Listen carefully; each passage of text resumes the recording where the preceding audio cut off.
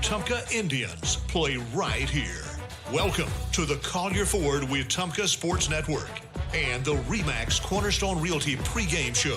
Sponsored in part by Collier Ford, Central Alabama Community College, RE/MAX Cornerstone Realty and RE/MAX Cornerstone Realty Plus, Baptist Health, and Baptist Ortho Now, the City of Wetumpka, Central Access, Russell Do-It Center, State Farm Agent Jackson Hagan, Wharf Casual Seafood, First Community Bank, Montgomery Fire Equipment Company, CAC Adult Learning, and Precision Floor Care. Well, welcome to the new year, everyone. It's Wetumpka Indians basketball against the Percy Julian Phoenix here as we start area play and the 2026 portion of this basketball season for the Black and Gold. Hello, everyone. I'm Gavin Baxley alongside Mitch Petrie. We're excited to get area play underway. Things always get a little bit more exciting and ramp up a good bit once we get into these close region matchups, Mitch. Yeah, they absolutely do, and with the Lady Indians coming at this one with a strong record already, coming in with a 13-4 record, the best start in the history of this Lady Indians basketball program. Coach Winchester has got these girls fired up, and I'm sure they're ready to get this thing going. Yeah, Coach Winchester feels good about this squad, and we'll be able to talk with her in just a few moments. We'll take a break, and then you'll hear from head coach Harriet Winchester as we get ready for tip-off between Wetumpka and Percy Julian on the Collier Ford Wetumpka Sports Network from Radio Alabama Sports.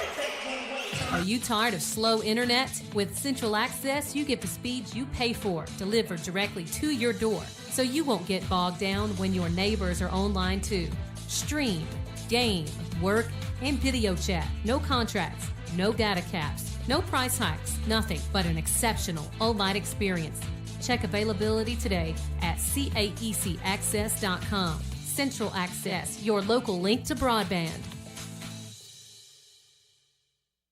At First Community Bank of Central Alabama, banking's about real relationships, trust, kindness, and a shared commitment to making life better. As your neighbor and partner across Elmore and Autauga counties, we're here for you, whether you're planning your future, buying your first home, or building your wealth. With our local knowledge and heartfelt support, you can count on us. First Community Bank of Central Alabama. Let's do life together. Member FDIC, Equal Housing Lender.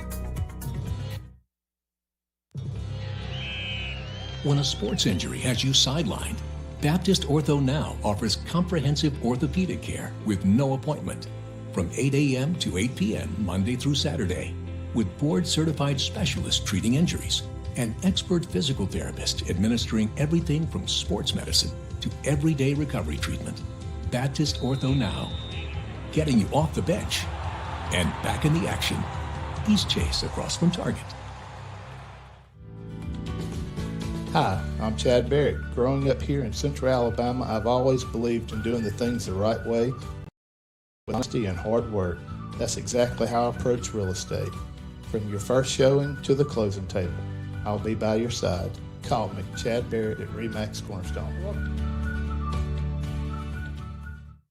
Welcome you back as we get ready for the women's matchup of the Indians and Percy Julian. I'm now joined by head women's coach Harriet Winchester.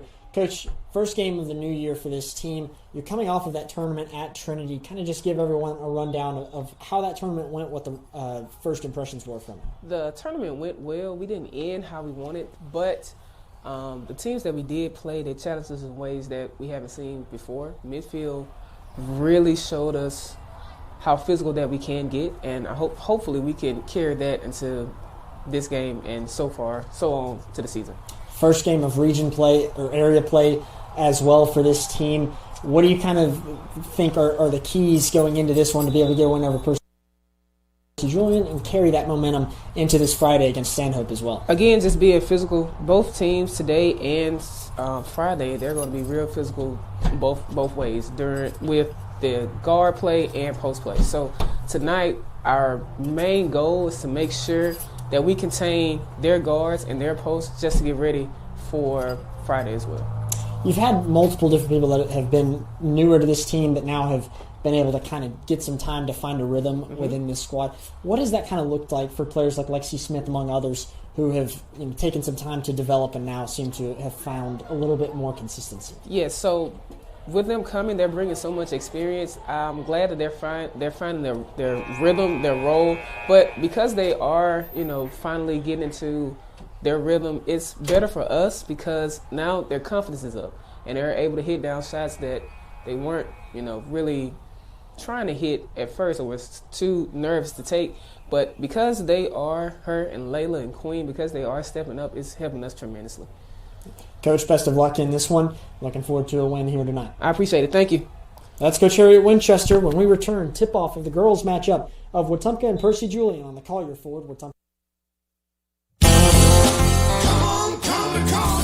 Looking for power, performance, and adventure? You'll find it all at Collier Ford in Wetumpka. For more than 70 years, Collier Ford has been proudly serving the River region since 1952, helping families and businesses hit the road with confidence. When you think trucks, think Collier Ford, home of the legendary Ford F-150, built tough to handle any job. If adventure is calling, Collier Ford has the bold and capable Ford Bronco, ready to take you off the beaten path. Want that same spirit in a smaller package? The Bronco Sport is waiting for you at Collier Ford. From great ideas to family service, Collier Ford makes buying your next vehicle easy, fun, and stress-free. So whether you're hauling, exploring, or just cruising through town, make your next stop Collier Ford.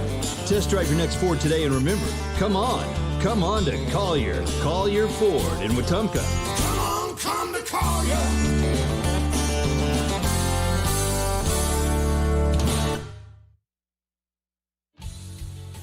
Safety starts with Montgomery Fire Equipment Company.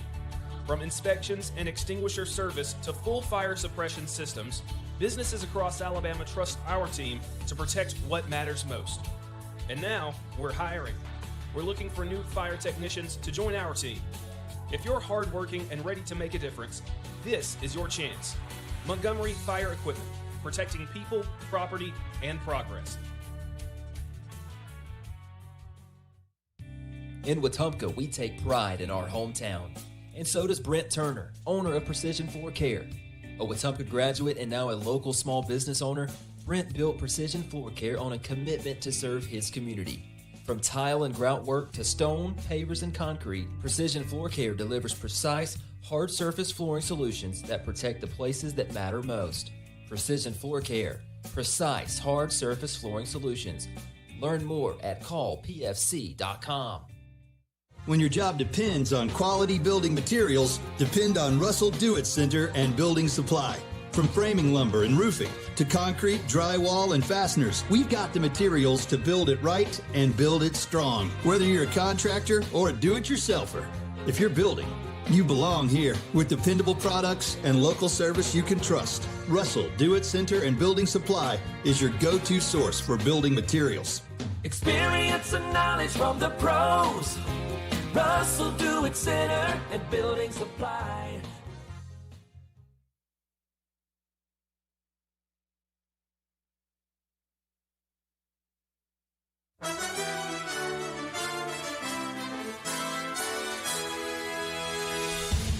From Radio Alabama Sports, this is the Collier Ford Wetumpka Sports Network. Wetumpka basketball is presented by Collier Ford. Come on to Collier Ford. Proudly serving the River region for nearly 75 years. Online at collierfordinc.com. RE/MAX Cornerstone Realty and RE/MAX Cornerstone Realty Plus. Kathy Thornton, Chad Barrett, and Beverly Wright are your River region real estate experts. Central Alabama Community College. Central to you, central to your success. Baptist Health, the official healthcare provider of the Collier Ford Wetumpka Sports Network. Your health is our mission. Online at baptistfirst.org and the City of Wetumpka. As we get ready for tip-off here between the Indians and the Percy Julian Phoenix, it's now time for our starting lineups presented by First Community Bank. Local people, local decisions, and a commitment to community. For the Indians, it'll be the junior guard, Zaria Peak, alongside freshman guard, Maya Richardson. Layla Culpepper makes it into the lineup as the small forward with Logan Banks, the power forward.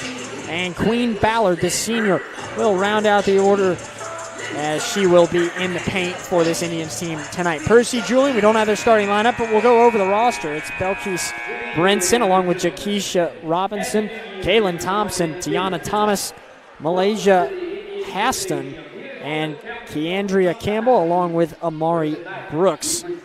They make out the roster for the Percy Julian Phoenix. It is just about time for the national anthem, as we'll send it to the public address announcer here for just a moment.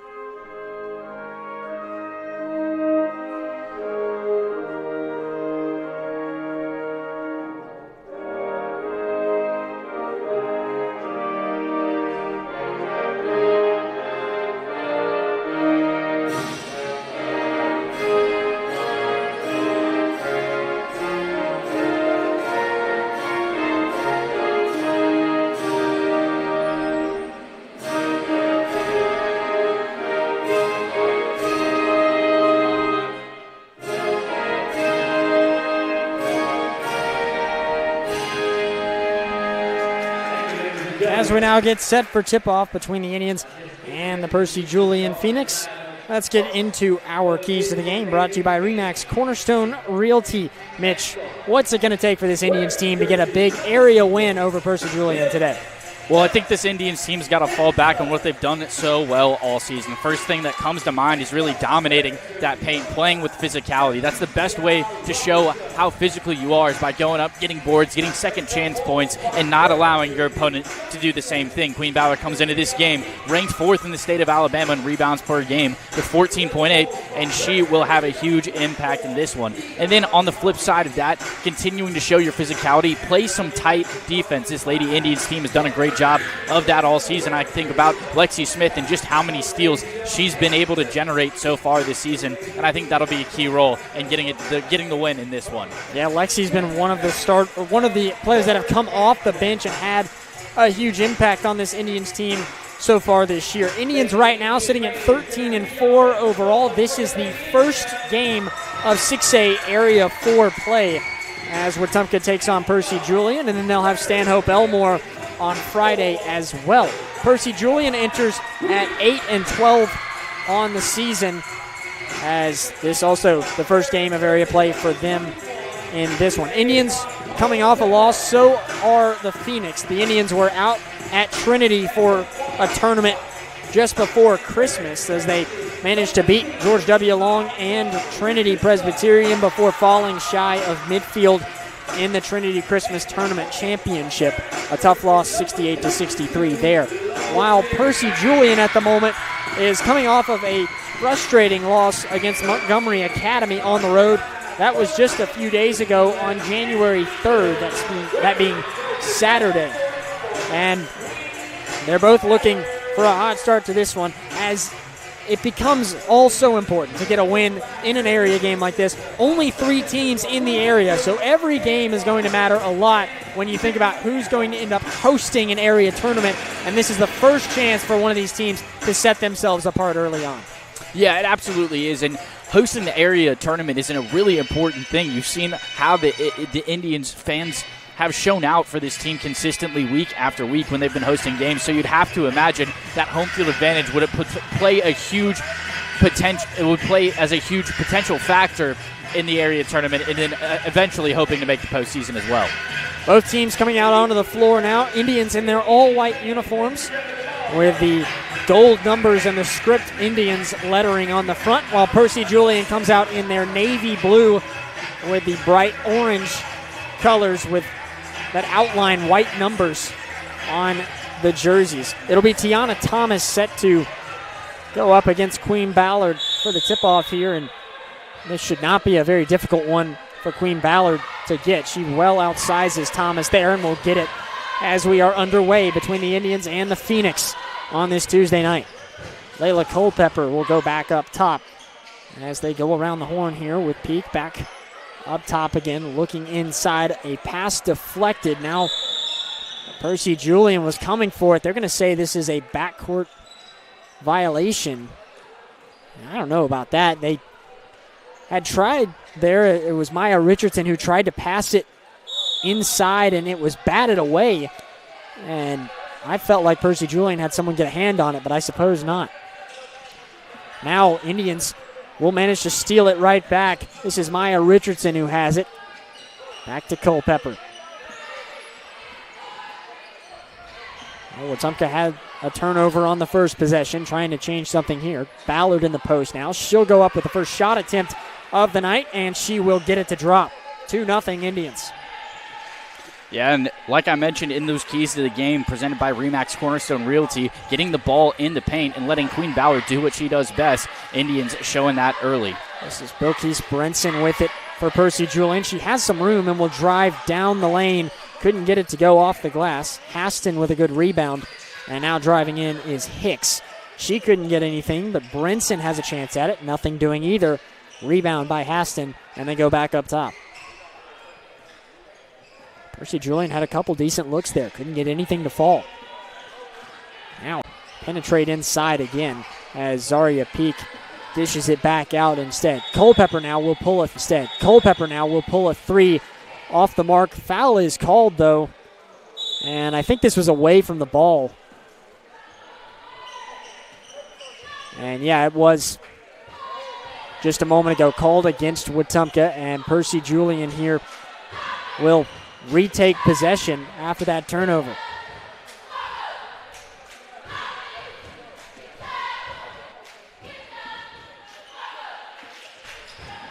Percy Julian with Brenson. Still trailing 2-0 here. Slow start to this first quarter of action. As Brenson will give to Robinson. And back to Hicks again. Now Hicks crossing over, tried to drive in. She'll back out of it again, back beyond the arc and passing to Thomas. She pulls a mid-range jumper and it will drop. And it's 2-2. 5:40 left in the first quarter. Peak with it. Lobs one inside now. Ballard going up off the glass, and she'll get her second bucket of the night. 4 points for the Indians, all coming from Queen Ballard so far. Again, and if it ain't broke, don't fix it if you're the Lady Indians here. Just let Queen Ballard keep doing her thing. She had 3 defenders around her when she went up for that little layup, and still no problem for Queen. Angelija Hicks has it for Percy Julian. Goes now around to Thomas. Thomas tries to find Hicks. She can't hold on to it. Peak picks it up coast to coast now. She'll take it herself. Can't make it, but does draw the foul. Zaria Peak heading to the free throw line to shoot 2. 4:57 left in the first quarter.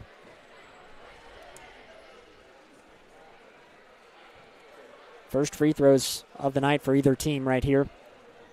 That'll be coming up in just a moment.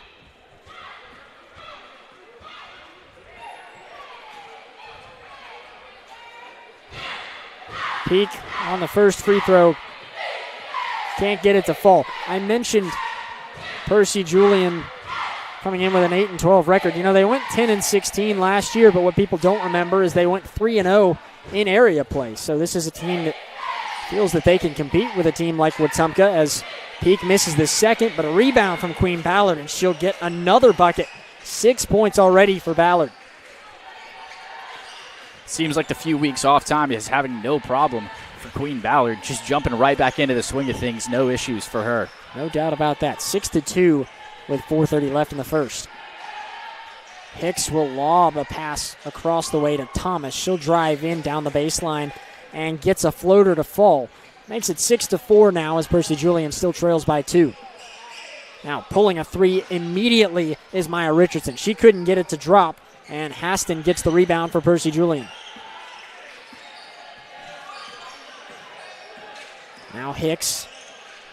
She'll give to Thomas, who fires a pass there to Hicks again. She almost had to go out of bounds, but thankfully Jakeisha Robinson was there to pick it up. Looking inside the paint again now, Tiana Thomas had a lane and couldn't get it, but then a nice effort there from Haston as she manages to put it through.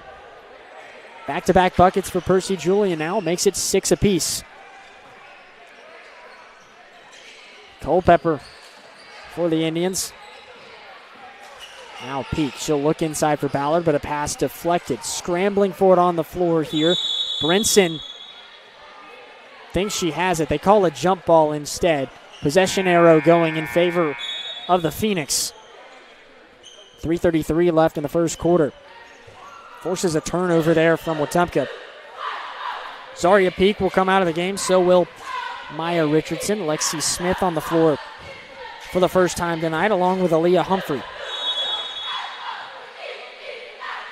Whistle blown there, and I don't think they got the clock started, and that's what this is about. Yeah, there we go. It was 3:33 left, and in the first, they didn't start it on the inbound, so now the clock is running.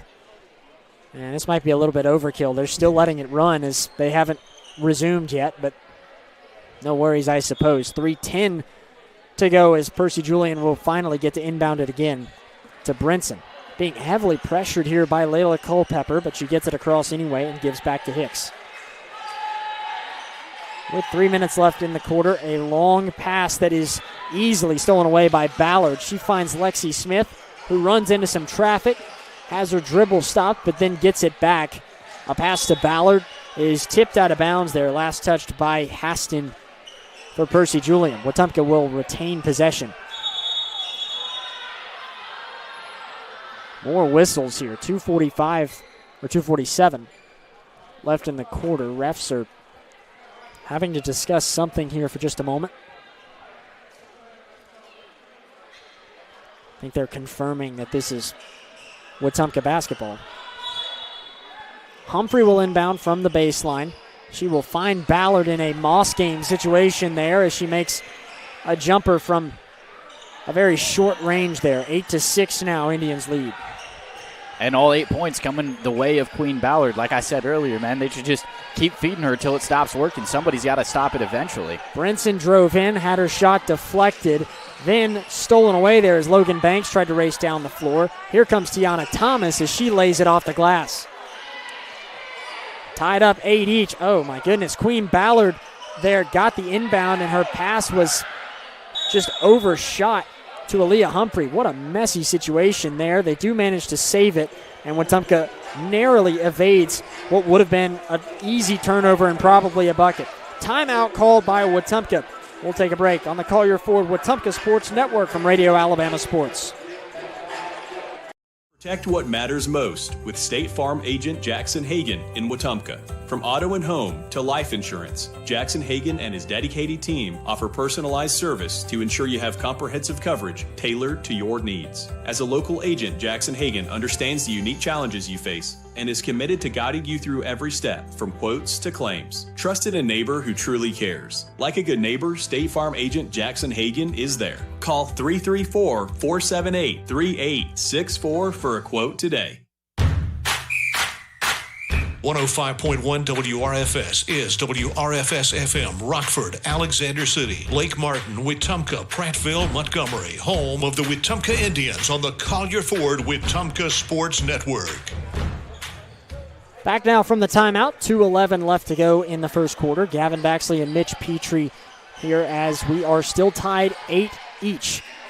Right out of the timeout, Lexi Smith will pull a three and easily get it to go. 11-8, Indians on top. First points from the Indians that hasn't come from Queen Ballard as Percy Julian just turned it over again, and Wetumpka back on the attack. Here comes Aaliyah Humphrey trying to spin around and drive down, but she'll draw a foul on the floor first. Good to see Lexi Smith getting the shooting going early. That's one of the things that won her Elmore County Player of the Year last year when she was at Edgewood, but hasn't really found the groove just quite yet this season, but hits her first bucket of area play. Again with an inbound that was very Moss game-like, but stolen away this time. Brinson got it, went coast to coast, and lays it in. Yeah, Ballard outsizes everyone, but it is tough to hold on to the ball in that kind of traffic when you do an inbound like that, and it forced the turnover there. Now Lexi Smith in the far corner. She'll step up, drive in, take a jumper that won't fall. Got her own rebound, though, and she'll go up again. Can't cash that one. Ballard had her rebound effort taken away from her. And a travel is called there. Jakeisha Robinson was able to steal it from Ballard's hands, but then didn't really get the dribble going like she was supposed to when she took off. Yeah, and that's unfortunate for the Phoenix there. You had Brenson coming down the court, full steam ahead, nobody in front of her. That travel will wave off what likely would have been an easy bucket. Humphrey was able to inbound it from the baseline. Now Maya Richardson driving down the paint, can't get it. Smith manages to come away from the scramble for the ball. Ballard now will be able to put it up and in. Smith had missed the shot there. Ballard got the rebound and the putback. It's 13-10 with 1 minute left in the quarter. Now a floater there, well off target from Jakeisha Robinson as Ballard gets the board and the Indians slow things down. Queen Ballard already with 10 points so far tonight. They're looking her way again in the paint, but she'll give right back to Lexi Smith. Now a hooking pass there to Ballard, and she gets her 12th point of the night from right under the basket. 15-10, black and gold. Now Percy Julian will drive in. It's Brinson there who was able to get a hook shot of herself off the glass. Smith will over the head just fire it over to Humphrey, who brings it back up top, standing at the logo with 10 seconds left in the quarter.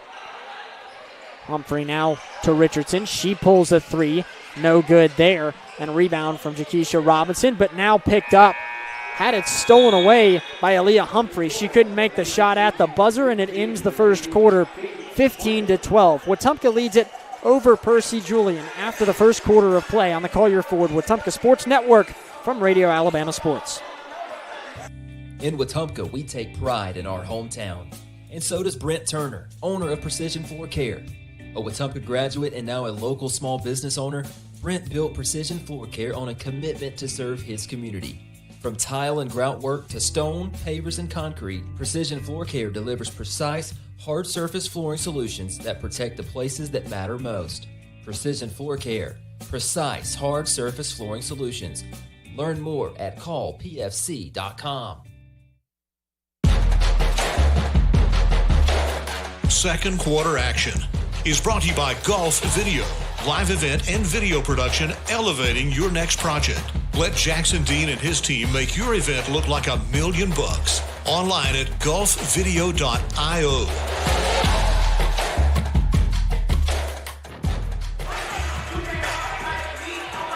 Beverly Wright, Kathy Thornton, and Chad Barrett are your hometown real estate experts with RE/MAX Cornerstone and RE/MAX Cornerstone Plus. When it's time for your next move, choose the best. RE/MAX Cornerstone and RE/MAX Cornerstone Plus, the official real estate partner of the Wetumpka Sports Network. Into the second quarter we go. Indians have a 15-12 lead over Percy Julian, and they have possession of it for a moment, but it's stolen away now by Percy Julian with Brinson trying to bring it coast to coast. She'll draw a foul on her way up on a layup effort. First free throws of the game here coming up for Percy Julian. And in a game like this, free throws are already more important than they are. Percy Julian drawing the foul. It was called against Maya Richardson. On the floor right now for the Indians, Lexi Smith with Richardson, Layla Culpepper, Logan Banks out there along with Kai Dillard. First free throw from Brinson. It takes a couple bounces and finally will go through. Makes it 15-13 with one more free throw coming.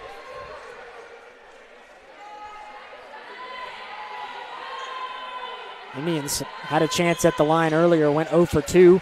Percy Julian, though, is perfect so far, 2 for 2 from the stripe. 15-14 after that make. Now Wetumpka with just a 1-point advantage. Lexi Smith at the top of the key here. Look to try and go inside. She'll lob one to Layla Culpepper, but overthrows it a little bit. It goes out of bounds. Last touched by Wetumpka. 7:31 left in the first half as Hicks will bring it up the floor. Hicks firing a pass to Brinson. They'll go back and forth with each other. Now Hicks again drives in, steps up, pulls a jump shot. No good. Rebound from Smith. Here she comes now. She'll try and do it herself. Euro step and the lay. What a move there from Lexi Smith. That was a great move. I mean, you had the full-on step, had the defender fly right over the top of her arm as she carried it under them. A great move from Lexi Smith and a good finish. Yeah, not as good of a move there from Smith that she's going to be called for a foul. It's called for a push on Brinson there. First foul of the night against Smith. Queen Ballard coming into the game for the Indians. Logan Banks will exit again. Percy Julian gets the inbound over to Thomas. She pulls a three from the near side and won't connect. 17-14. Smith got the rebound. She'll try and fire a cross-court pass to Richardson, but it's picked off by Thomas. She makes one last pass, and it's a smart one. Robinson goes up and lays it in. 17-16. Back to just a 1-point game for Wetumpka. Indians right now with Dillard will give to Smith in the near corner. And a little bit of contact there. They were looking for a charge. Percy Julian won't get it to go their way. Still no shot as they scramble for the ball, and Smith comes back away with it. Back up top here at the free throw line was Culpepper. They still continue to pass around. They find Smith in the near corner. She won't shoot. She'll give to Richardson, though. She pulls it from the wing and can't make it either. Now back up top, Richardson. She pulls a three. Can't connect that one either. It was Humphrey who had a rebound and gave it right to her. Kai Dillard who had the rebound. And then the Indians coming away with the board again. Dillard with it as Wetumpka has another chance at points. She'll drive down the baseline, and Kai Dillard does it herself that time to make it 19-16. That's a great possession there from the Indians. You don't have your shots going, but you keep crashing on the glass and keep giving yourselves opportunities to put some points on the board. Great possession all around, and then a good way for Kai Dillard to clap it up, to seal it off. Now, Percy Julian had a moment where they could look inside, but they had Haston under the goal. She lost control of it. Now Wetumpka has possession again.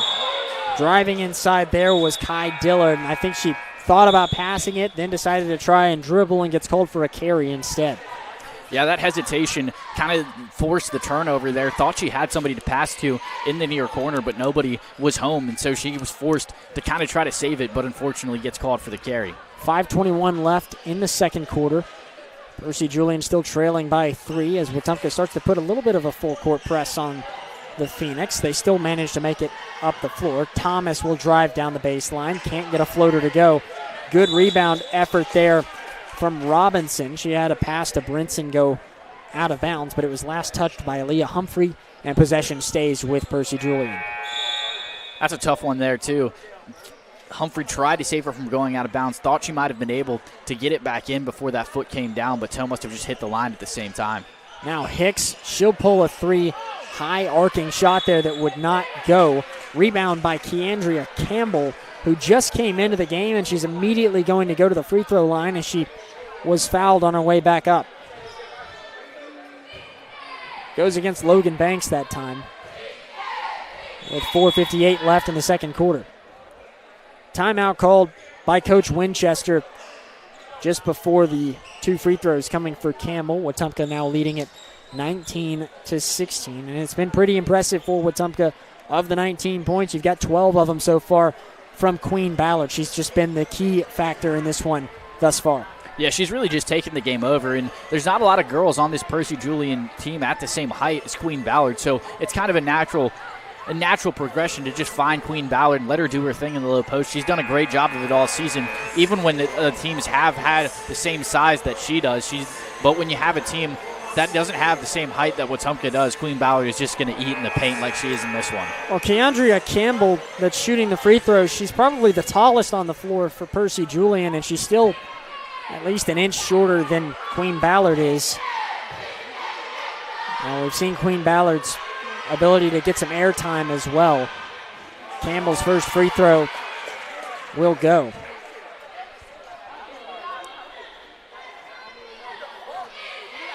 Percy Julian so far 3 for 3 from the free throw line as a team. Campbell will end that streak as she misses. It goes out of bounds, but it was last touched by Logan Banks and the Indians. Tough play there. She was fighting for the rebound against Hicks and last touched it. They'll look back towards Campbell. She'll immediately catch and shoot. Couldn't make it, but a rebound there from Hicks. She can't make a shot attempt either. And this time it goes out of bounds, last touched by the Phoenix. Richardson bringing it up for the Indians. 4:45 left in the first half. They give to Humphrey as she will give it right back to Richardson. Now, right at the free throw line, a pulled two-point attempt from Banks. Couldn't make it. Good rebound from Ballard, giving to Humphrey, who cashes in the three.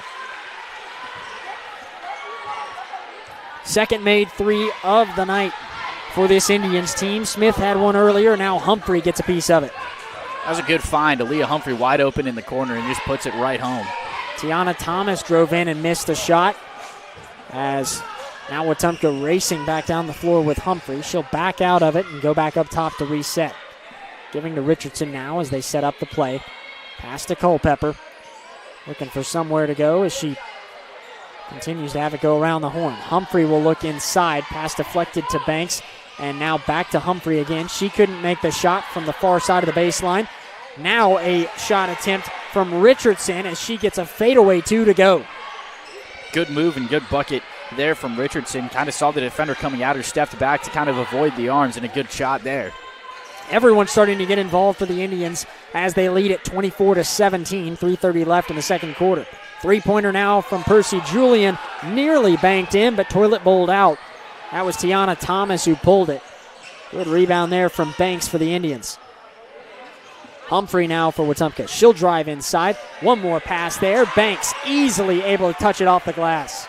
Feels like this Indians team is really starting to hit its stride. It's 3 possessions in a row where the Indians have gotten a bucket as they came down the floor and it forced Percy Julian to take a timeout.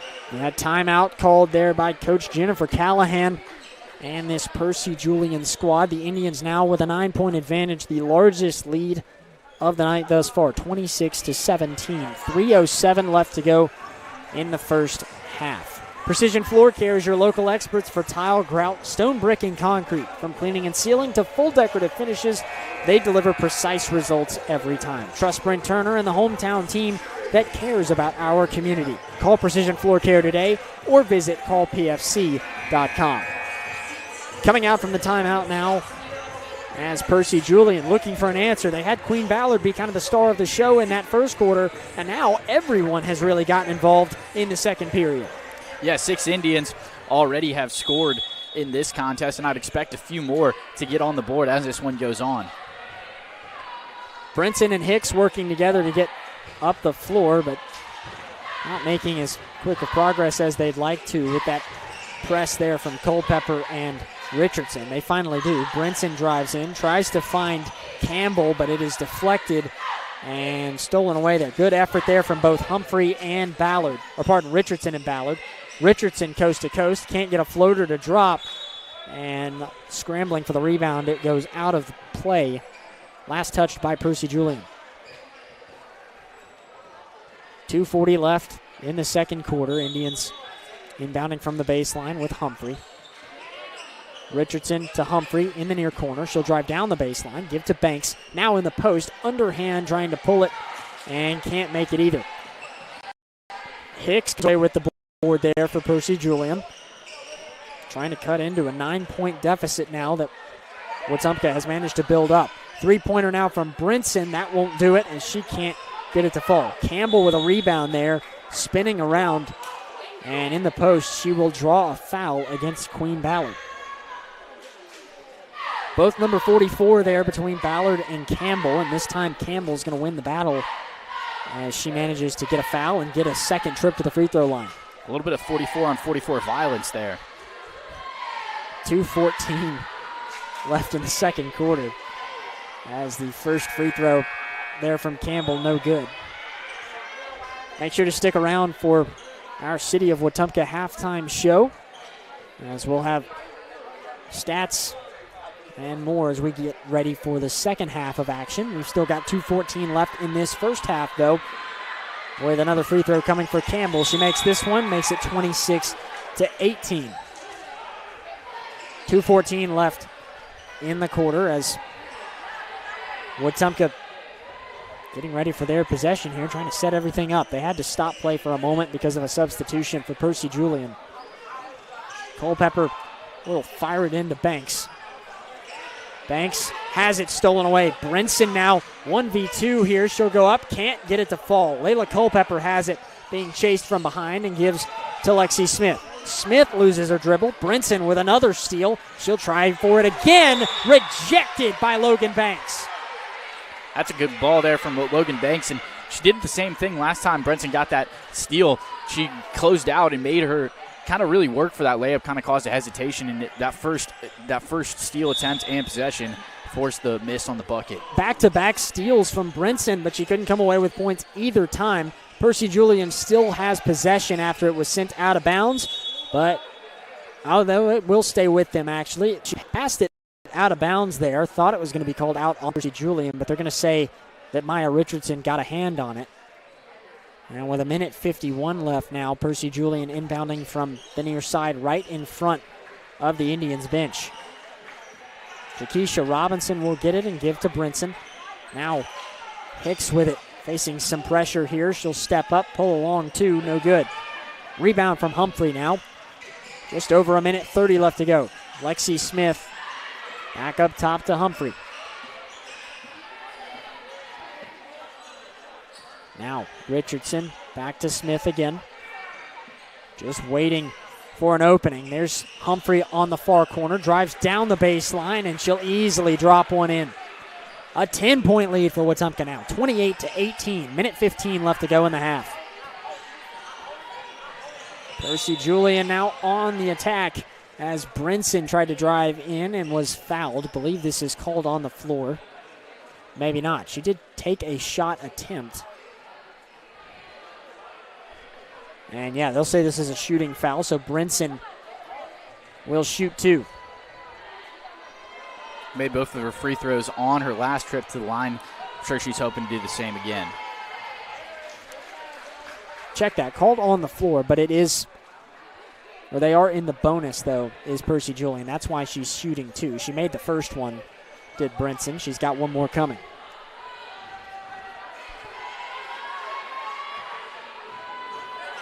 Brinson, no good. Off the front iron that time, and it remains a 9-point game.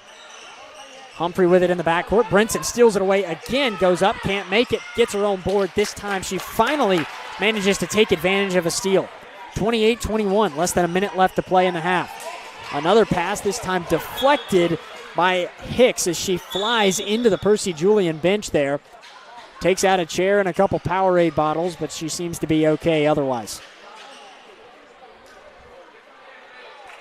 52 seconds left to go in the half as Wetumpka will inbound with Lexi Smith right in front of the Percy Julian bench now. Smith looking for somewhere to go. Just football passes it down the court to Humphrey in the backcourt. She'll drive up, trying to take a couple steps there for the shot attempt, and I think she got a hand to the face in the process. Yeah, foul is called this time against Hicks. And two free throws coming for Humphrey. And that's a third foul on Hicks, so definitely something to watch as this game goes on. Getting into a little bit of foul trouble is Angelia Hicks.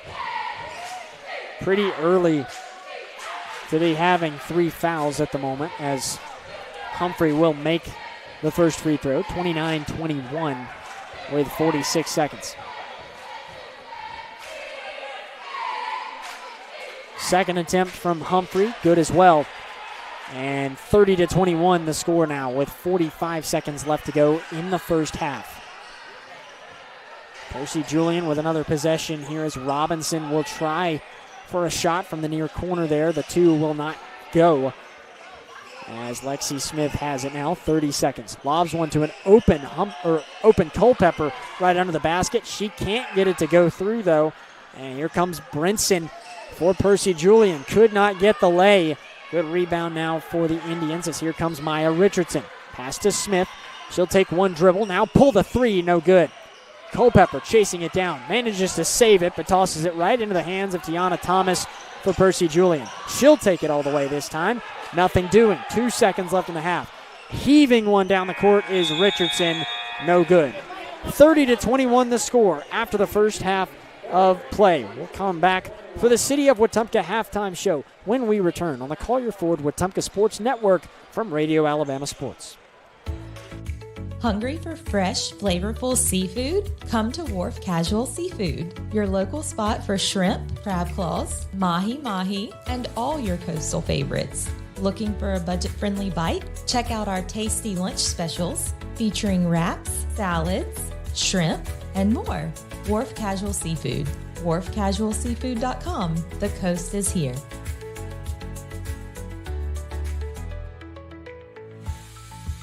This is Kathy Thornton with RE/MAX Cornerstone Plus. I know buying or selling a home can feel overwhelming, but I promise you don't have to go through it alone. I'll guide you through every detail and keep things simple, clear, and stress-free.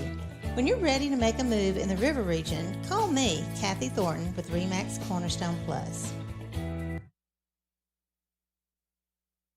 Protect what matters most with State Farm agent Jackson Hagan in Wetumpka. From auto and home to life insurance, Jackson Hagan and his dedicated team offer personalized service to ensure you have comprehensive coverage tailored to your needs. As a local agent, Jackson Hagan understands the unique challenges you face and is committed to guiding you through every step, from quotes to claims. Trusted a neighbor who truly cares. Like a good neighbor, State Farm agent Jackson Hagan is there. Call 334-478-3864 for a quote today. Your future starts at Central Alabama Community College. At CAC, you'll find affordable tuition, flexible class options, and programs that prepare you for careers in healthcare, technology, business, and more. Whether you're working toward a degree, training for a new job, or transferring to a 4-year university, CAC is here to help you succeed. Enroll today and take the first step towards your future with Central Alabama Community College. Visit cacc.edu to learn more.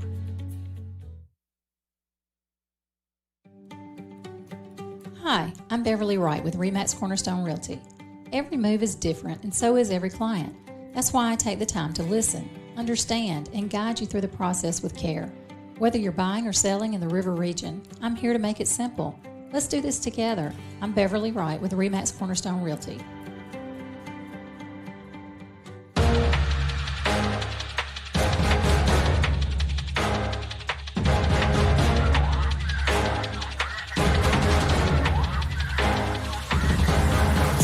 This is the City of Wetumpka halftime show on the Collier Ford Wetumpka Sports Network.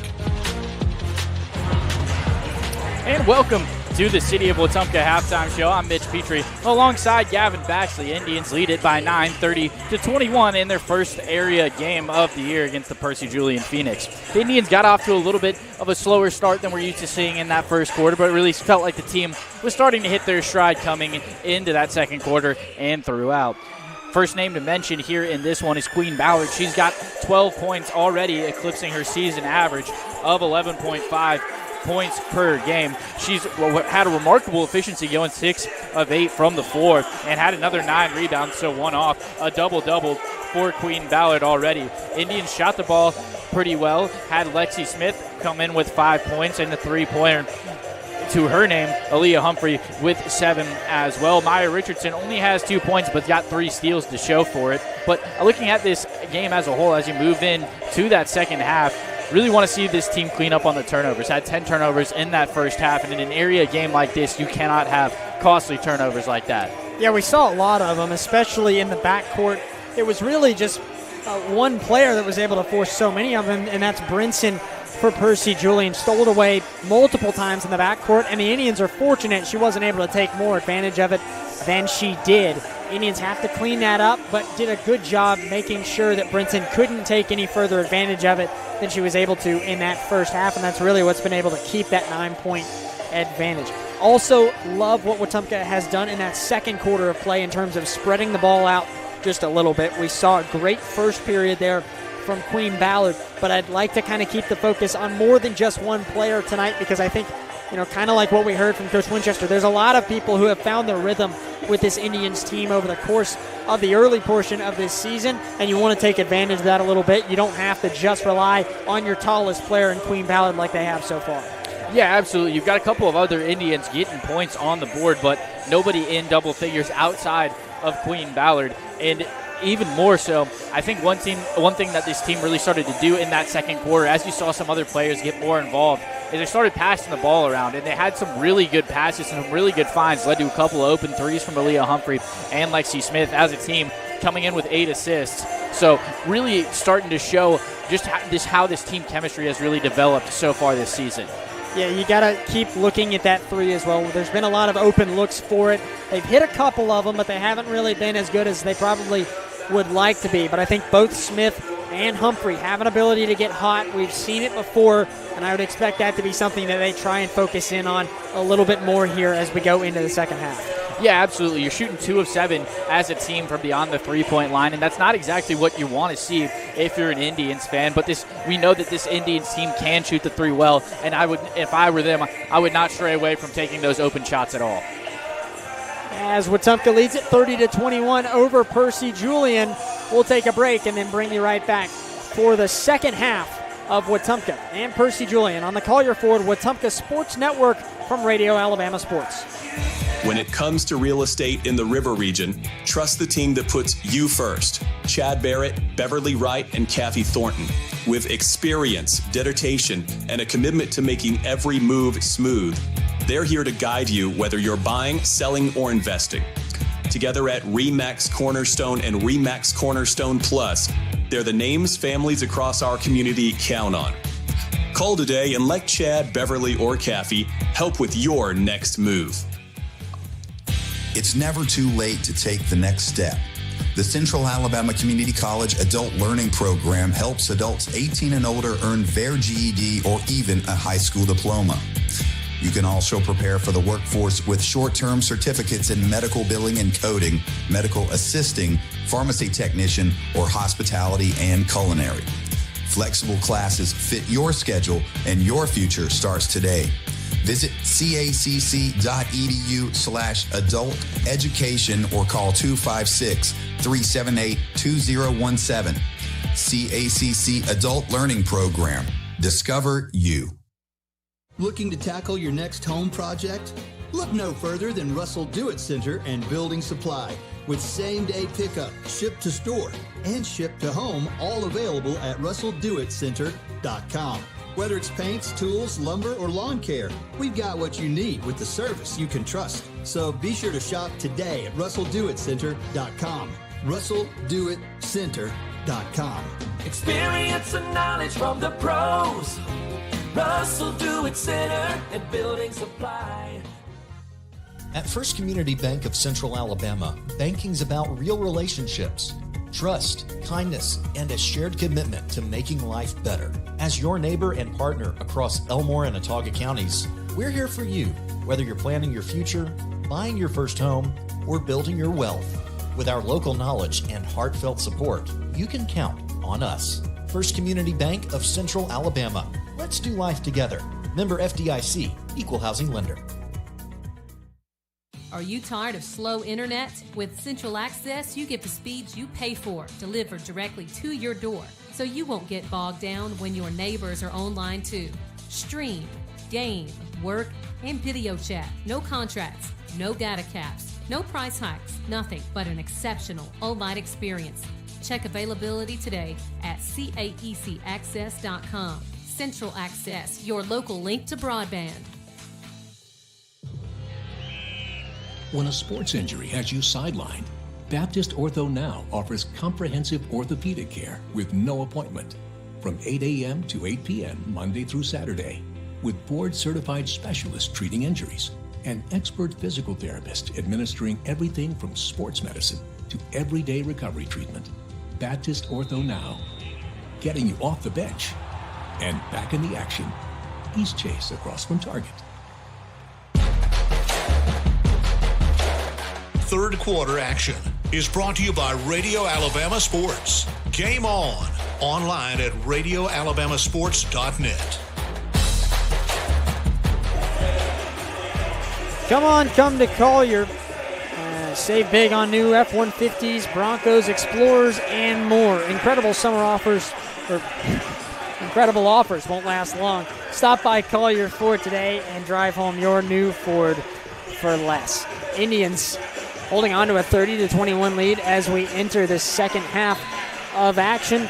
And we talked a little bit about it, Mitch, but I'm curious to know what's going to be the most important part for this Indians team to continue to hold on to this 9-point lead as we go into the second half. Well, I think first thing you got to work on the turnovers. Can't be turning the ball over, especially in a game that's been as back and forth as this. Those turnovers are really going to cost you coming down the stretch. And the other thing is, like you mentioned in that halftime show, really get more people involved. You know Queen Ballard is always going to be there down low, but to the best that you can, try to get some of these other open looks, especially from beyond the arc, in the hands of our shooters and let them do their job.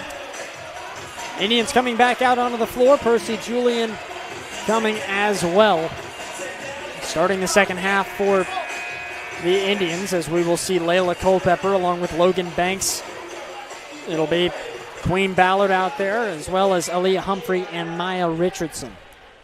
Hicks will inbound for Percy Julian with Tiana Thomas receiving it. Brinson there as well, along with Robinson and Haston. Inbound effort there was deflected by Humphrey as she tried to pass it in to Thomas. And they'll reset, try again. Good defensive effort there from Humphrey to start off the second half. Yeah, and Humphrey wasn't originally face guarding the defender, kind of sprinted over at the last second and just kind of timed it up perfectly, got her hand in there and deflected it right on out of bounds. Trying again now, Hicks doesn't have nearly as tough of a time this time. And a backcourt violation for Percy Julian to start it. Well, that was just not a lot of thinking going on that play. They inbound it into the front court there with three players lined up. And then Robinson just thought that she could pass it backwards to Thomas, who was still standing in the backcourt there. And that's a violation they'll get you for every time. Indians with possession now. Richardson will pull a shot that won't go, as it was taken away there by Haston, but then immediately stripped and made a shot as Richardson, oh, what an effort from her, missed the shot. Rebound for Percy Julian. She comes up from behind, steals it, and then puts it right back up and in. 32-21. Here comes Percy Julian now with a touch off the glass. No good from Brinson. And that's just an absolute hustle play from Maya Richardson on that last possession. Just heads up play. Defender's kind of asleep at the wheel and just slap it right out of her hands and take an open shot. Richardson driving in again, and she'll again get a jumper to fall. And back-to-back buckets there for Richardson makes it 34-21. In just about that same spot, about 8 feet away from the bucket, just outside of the paint, little jumper. It's working well for Richardson so far. Brinson with it, 7 minutes left in the third quarter. Hicks will take a long two, no good. Rebound from Ballard. Hot start for this Indians team. Let's see if they can expand on it as they lead it by 13. Passing to a wide open Humphrey. Thought about a three. Instead, she'll step up, then step back. Long two is good from the far corner. Timeout called there from Percy Julian, and a much-needed one. 36-21. You had the first 6 points of that second half, all scored by the black and gold there. 6:38 left in the third quarter. What a start for this Indians team. Yeah, you come out of the half shooting hot, and it almost feels like Percy Julian just kind of is meandering down the court a little bit, not necessarily playing with that same hustle and physicality that we saw from him in the first half. Yeah, no question. We just saw a mental error to start off the half, and that has really set the tone for this first 80 seconds or so of the third quarter. Wetumpka has taken full advantage with a 6-0 run to start off. Percy Julian will have possession when they return from the timeout. Want to remind everyone to stick around for after this one. We'll have the boys matchup as well about 10 minutes after the conclusion of the girls' game. Wetumpka and Percy Julian getting set for the first game of area play for the boys' side as well. Both teams coming back out now as it'll be Hicks who inbounds for the Phoenix. Plenty of time left, but down by 15 now. They're going to have to find something to pick up some momentum. Having to work hard to get up the floor here as you've got the Indians looking to trap somebody. They finally get to Thompson in the front court. Hicks now will try and drive straight down the lane. Floater there, no good. Rebound from Layla Culpepper, and here come the Indians again. Pass is off the mark there and stolen away as Hicks got it. Now giving to Brinson. She drives down the paint, goes up for another effort. No good again. Culpepper with the rebound. Deja vu on those two possessions. 6 minutes left in the third now as Humphrey loses her dribble. It's stolen away now by Brinson. Here she comes down the floor. Bounce pass to Robinson under the basket, and she will bank it in. First bucket of the second half for the Phoenix. And a much-needed bucket, kind of cutting into that Wetumpka 6-0 run that happened just right as the quarter started. See if they'll come alive coming out of this timeout. 36-23 now as Wetumpka is still leading. Culpepper giving to Ballard. Back to Culpepper again. And looking up top for a moment. Now Culpepper wide open for three from the near wing. No good. Just short-armed that one.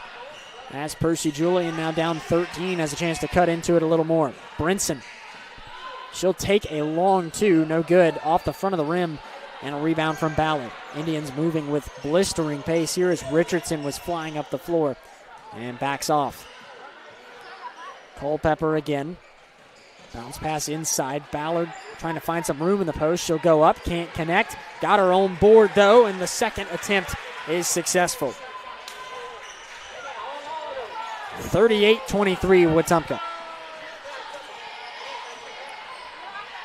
Percy Julian trying to find something. A foul called there as Tiana Thomas had it just outside of the paint there.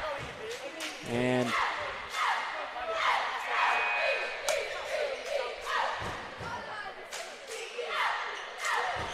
call go against Maya Richardson. That's her second foul of the game.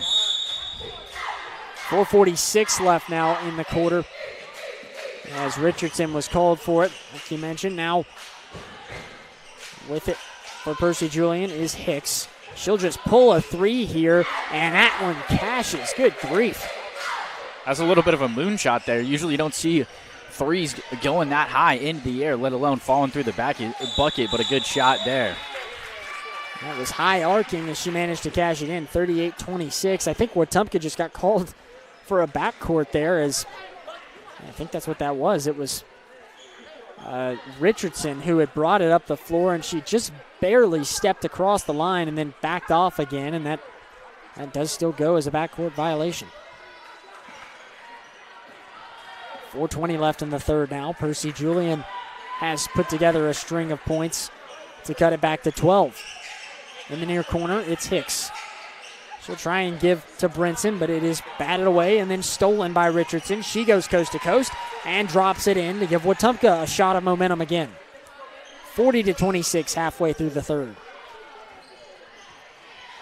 Good job by Richardson to shake off that violation, not let it stick with her, and take advantage of the opportunity.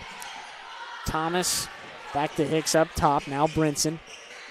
Still working their way around the arc. Hicks will drive inside. She gives one bounce pass to Haston under the basket, and she manages to put it up for the score. 40-28 now the score. Smith will give to Culpepper in the far corner.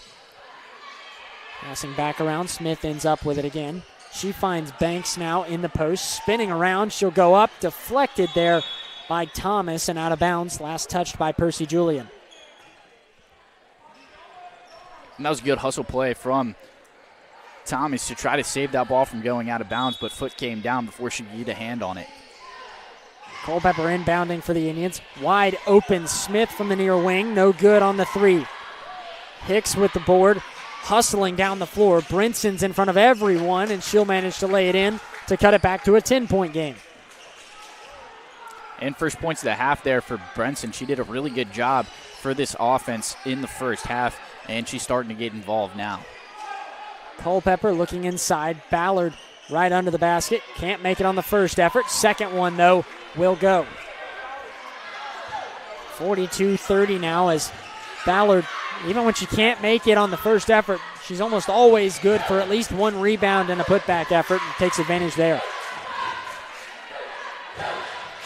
Hicks for Percy Julian. Tried to drive in. A foul called against Lexi Smith. And that was a quick whistle there against Smith. And she's going to have to come out now.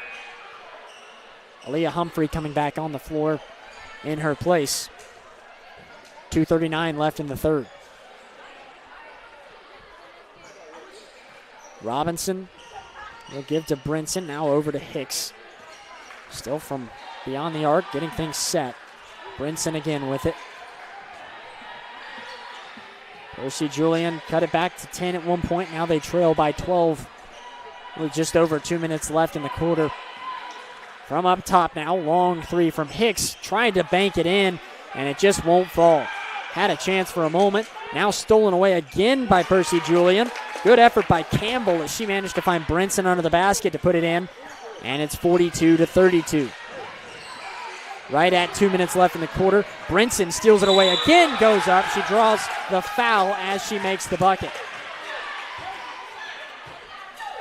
Single digits again for the first time since the start of the half. Remember, Wetumpka trailed by 9 going into the locker room and immediately got a bucket. And finally, it's an 8-point game again. Free throw coming now for Percy Julian and Brinson.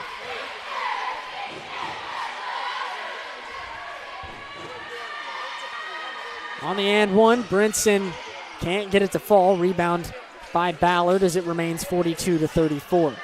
Humphrey with a nice pass here to Richardson. No look pass to Logan Banks in the paint. She'll go up for a mid-range shot, and she gets it and makes it 44-34. That's something Logan Banks does really well and has done well all season for this Indians team, is that mid-range area. That's just where she lives. Brinson again. She'll try and fire a pass across the way and gives to Hicks, who's trapped for a moment in the near corner. She'll find her way out of it and pass back up top to Thomas. Now with it is Robinson, who lobs it back over to Hicks. Driving in, step back, jumper for two is deflected. Last touched by Logan Banks. Good job by Logan Banks to stick with that one, really charge down, not let the step back create any space, and good job to get her hand on it. Now a three ball, no good there from Hicks. Ballard fighting for a rebound, and Indians will come away with it thanks to Layla Culpepper. She heaves a pass down the court, though. That was deflected and out of bounds as Hicks got a hand on it and sent it out. 1:01 left in the third. Richardson. Now to Humphrey, looking inside. This is Ballard, who tries to get going in the post there, knocks a player over, and then she stumbles herself as the ball goes out of bounds. And it'll be a turnover there. Surprised not to see the officials blow the whistle there, whether it was a charge or a block. Usually when you have bodies crashing on the floor in the paint, the refs are pretty quick to blow it dead. Yeah, I thought we would get something for sure. No call with 50 seconds left in the third quarter. Still a 10-point game. Brinson trying to change that here as she drives down the baseline, finds Robinson. Now Hicks from beyond the arc for three. High arcing, no good. Ballard with a rebound. A long pass down the floor. And way too long there. It goes into the brick wall. And a turnover there. Fired that one all the way from right under the opposite basket. Just about cleared the entire court in the air. Heck of an arm there from Ballard, but a little bit too much that time. 30 seconds left in the third quarter. Now Percy Julian just trying to get things set up here. They almost lost possession of it before they even could do that. Brinson with it with 14 seconds left. She'll drive in, kick out. Haston for three from the far corner. No good. Rebound now. Brinson couldn't get a putback either. And now Culpepper comes away with it. 3 seconds left. Humphrey for three. Bottom! At the buzzer. 47-34. Wetumpka leads it with 1 quarter left to go, on their way to what they hope will be a first area win of the season. It's 47-34 on the Collier Ford Wetumpka Sports Network from Radio Alabama Sports. Safety starts with Montgomery Fire Equipment Company. From inspections and extinguisher service to full fire suppression systems, businesses across Alabama trust our team to protect what matters most. And now, we're hiring. We're looking for new fire technicians to join our team. If you're hardworking and ready to make a difference, this is your chance. Montgomery Fire Equipment, protecting people, property, and progress.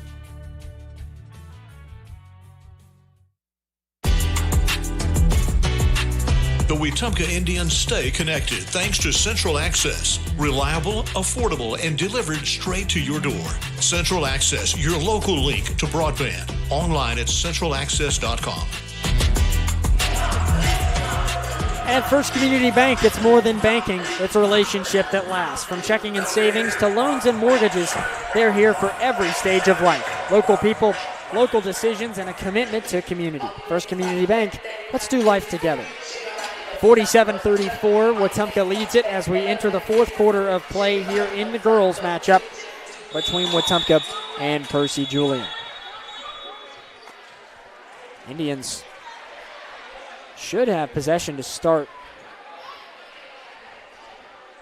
this fourth quarter. They're talking about this for just a second. Possession arrow on the scoreboard actually says in favor of Percy Julian, so that may give the Phoenix the start here to the fourth quarter, but they're going to discuss for a moment. I think the scorer just jumped on flipping the possession arrow a little bit too early. Because I looked at it just probably 5 seconds before we came back from that break, and possession arrow was pointing the way of the Indians, so I think scorer was just a little bit quick on the trigger. I think you might be right. No, they're they're going to say they can't make up their mind. They just pointed both directions here. They finally get it figured out. Aaliyah Humphrey is going to be inbounding. I think the scoreboard change caused a little bit of a confusion there, but finally we've got it sorted, and Richardson will have it and give to Banks.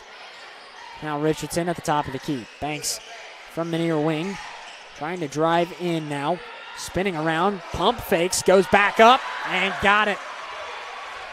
Man, that's a great move there from Logan Banks. Sends the defender flying by and just gets a whole load of open space. Great move there. 49-34 Wetumpka. Three-pointer now.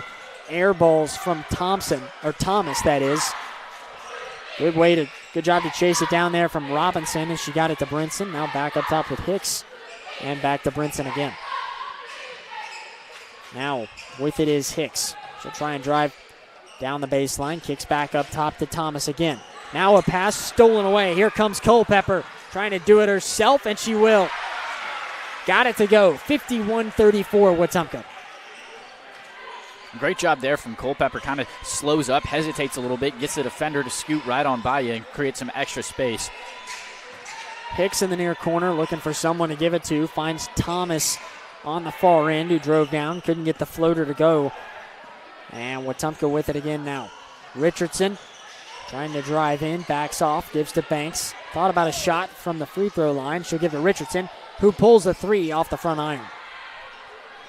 Rebound from Hicks. 6:30 left to go. Hicks to Brinson. Pulls the three. No good. Rebound from Ballard. Now Richardson. Humphrey with it now. Wetumpka probably not going to be in much of a hurry from here on out as they lead it by 17. Humphrey, though, trying to drive in. Gives to Culpepper. Pulls a three, but first a whistle and a foul called, I believe, on the floor here as Humphrey drove down. Official going to have a conversation with both Aaliyah Humphrey and Brinson here, and they're going to call a foul against Percy Julian as Humphrey will inbound. 6:08 left as Humphrey gets it in the far corner, and the three is good. Whistle blown here, and yeah, that's going to happen. Humphrey made the shot, and then she celebrated there, and I think she's going to get a tech called against her for this. Yeah, she had a celebration. She kind of stuck the arm out, and it seemed kind of like a point, I suppose. And that calls for the technical. The 3 still counts, of course. It'll be 54-34, but now it'll be Angelia Hicks who will shoot 2 free throws, and then Percy Julian will have possession after that as well. 5:59 left to go in regulation. Just a tough mental error there from Humphrey. You usually don't see that type of call in basketball. I'm not exactly sure what the celebration was. I guess maybe you could say the officials thought it was a firearm of some sort, is what I would imagine, but it looked like she just pointed over to the bench.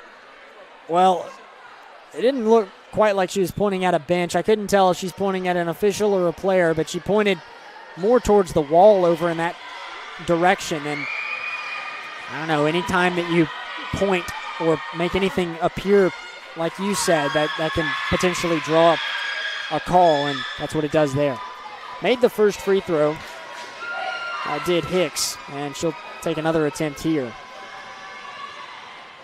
Off the back of the rim that time.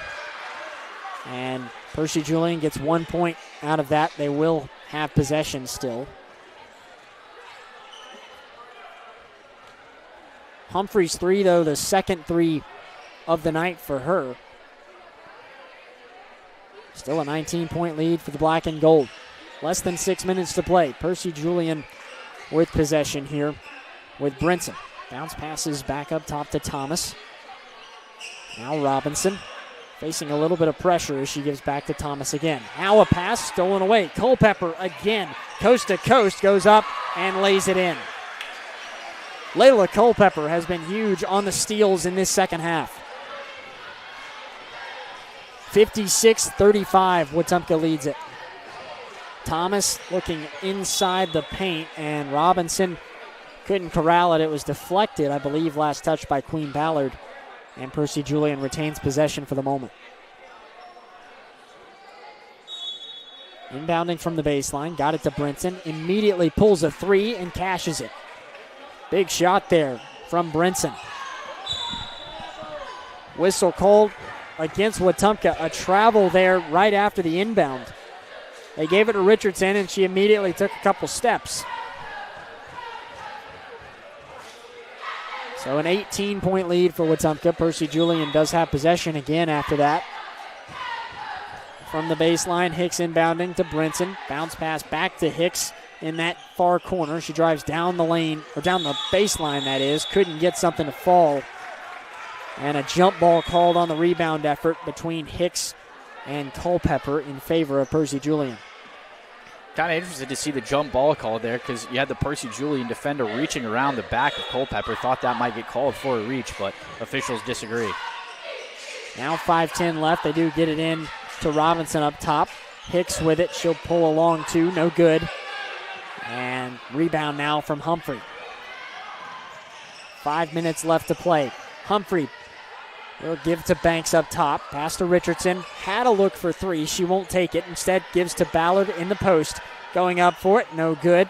And Percy Julian comes away with the basketball with a scramble for it now, as Tiana Thomas had lost possession of it. Stumbled a bit. And they were saying jump ball at first, but instead they're going to give the timeout to Coach Callahan after Thomas had managed to dive on it. I guess she got it off just before Wetumpka was able to tie it up. 4:42 left to go now in the fourth quarter, as it's 56-38. Stay connected with Central Access. Get blazing fast internet starting at 300 megabits per second for just $59.99 a month. Reliable, affordable, and delivered straight to your door. Central Access has you covered. Central Access, your local link to broadband. If things hold up for Wetumpka, they'll move to 14-4 on the season. They're already, as we mentioned earlier in the broadcast, off to the best start in program history. And they'll have to carry that momentum into a big matchup at Stanhope Elmore on Friday. We'll have coverage of that game for both the girls and the boys on Friday night in Millbrook. We were just there for the boys' couple of games in the Stanhope Elmore Christmas tournament, where they got 2 wins, and we'll see the boys return to the floor here in just a little bit at the conclusion of this one. Percy Julian with possession, 4:30 left to play. Here's Hicks with it. And she'll give to Robinson. Back to Hicks again. Percy Julian looking for some momentum here. They're going to have a lot of work to do. Three-pointer there from Hicks from the near wing. No good. Good rebound, though, from Queen Ballard. Here come the Indians once more. Humphrey. She'll pass over to Richardson. Richardson has some room. She'll drive down the lane. Can't get it to go from the left side, but from the right side, Queen Ballard with a rebound and a putback. 58-38, black and gold. Now Brinson from the far corner, driving in. Euros gets a little fadeaway lay to go, and she manages to make it. 58-40 now. That was a good move there from Brinson. Now heaving it down the floor. Layla Culpepper gets it. Tried to find Queen Ballard there under the paint. A whistle was blown and a foul was called. And I believe it went against Queen Ballard there. Yeah, second foul against Ballard as she was called for a shove on the effort to get that pass under the basket. 3:33 left to play now. Percy Julian with possession. Hicks looking for somewhere to go with it. Finally gets Brinson in the backcourt. Brinson trying to bring it up, but stumbles on the ground. Manages to pass it away. No travel called. But then a whistle blown, and they're going to stop play for a moment. A shoe came off there for Brinson, and that might explain why she tripped. Yeah, I saw the shoe go flying, and first couldn't really tell what it was. I was wondering where it went, and I looked around Brinson, and it wasn't on the floor next to her. That shoe shot about 10 feet down the court. Yeah, I completely missed that, but that explains why Brinson stumbled like she did. 3:20 left. Brinson has it and gives to Robinson as a kickball violation is going to be called after a deflected pass to Robinson. It's still Percy Julian basketball here with 3:16 left to go. Thomas will give to Hicks in the near corner. Looking for somewhere to go. Pulls it from the wing. High arcing, no good. Good board from Logan Banks now as she faces some pressure. Trying to stay dribbling with that right hand. Crosses over with the left. Goes up for a floater and can't connect. Draws the foul on the way, though. Taking a moment here to get up. 2:58 left to go. She's going to stretch out for just a moment and then maybe hopefully be all right. As Banks is still down. They're going to come and take a look at her here for just a second. She's supposed to be shooting 2 free throws, but she's got some kind of issue with that left leg. And while they look at her, they'll have a timeout. We'll take a quick break. 58-40, Indians lead it over Percy Julian on the Collier Ford Wetumpka Sports Network. When it comes to real estate in the River region, trust the team that puts you first. Chad Barrett, Beverly Wright, and Kathy Thornton. With experience, dedication, and a commitment to making every move smooth, they're here to guide you whether you're buying, selling, or investing. Together at RE/MAX Cornerstone and RE/MAX Cornerstone Plus, they're the names families across our community count on. Call today and let Chad, Beverly, or Kathy help with your next move.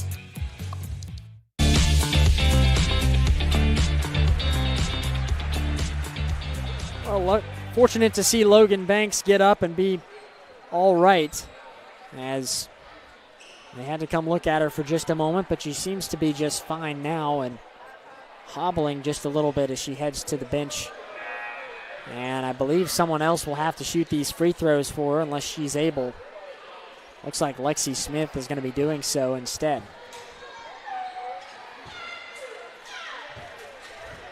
Typically in a situation like this, it would mean Percy Julian can pick who they want to shoot, but I guess they're okay with Smith doing it as she'll take the first free throw attempt and get it to fall. 59-40 with one more free throw coming. Again, stick around after this one. We'll have post-game coverage of the women's game here in just a few minutes as Smith makes the second free throw, and then we'll have pregame coverage of the boys matchup of Wetumpka and Percy Julian. Less than 3 minutes to play, 60-40.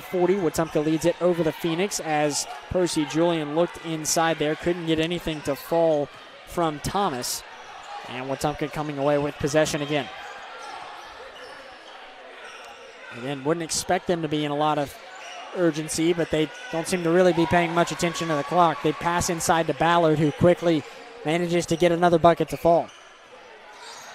62-40 now.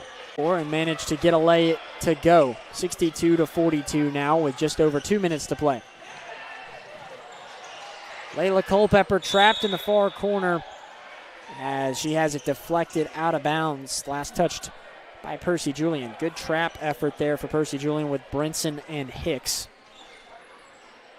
This Percy Julian team, barring a remarkable comeback, will fall to 8-13. They will have another matchup here soon against Stanhope Elmore as well. They play them January 13th as Percy Julian manages to get a steal. Brinson got it and then managed to drive down and lay it in. 62-44 now, minute 50 left. Richardson looking inside as Culpepper has it. She'll back out and give to Humphrey again up top. Humphrey lost her dribble for a moment. Now tried to give to Culpepper, but first a timeout called for Coach Winchester with 1 minute, 31 seconds left to go in this one. Looking like Wetumpka is going to be able to start off area play with a win, barring a remarkable comeback for Percy Julian, and that's got to be a huge momentum boost for this Indians team after that frustrating loss to midfield in the Trinity tournament. They have a long break. Now they pick up some momentum before the Stanhope game on Friday. Yeah, and the Stanhope game is all important, not just to the players, but to the fans and really everybody in this community. So it's definitely good to look like, or presumably, if things stay the way they are, get a win and gain some momentum coming into that one. And especially, as you mentioned, you have about 3 weeks off from playing. You never really know how your team's going to come out of that. So good to see that the Indians team can kind of build some momentum heading into the rivalry matchup. Yeah, they've looked pretty smooth throughout. They kind of leaned on Queen Ballard at the beginning and then have managed to spread things out a little bit more as the game has gone on.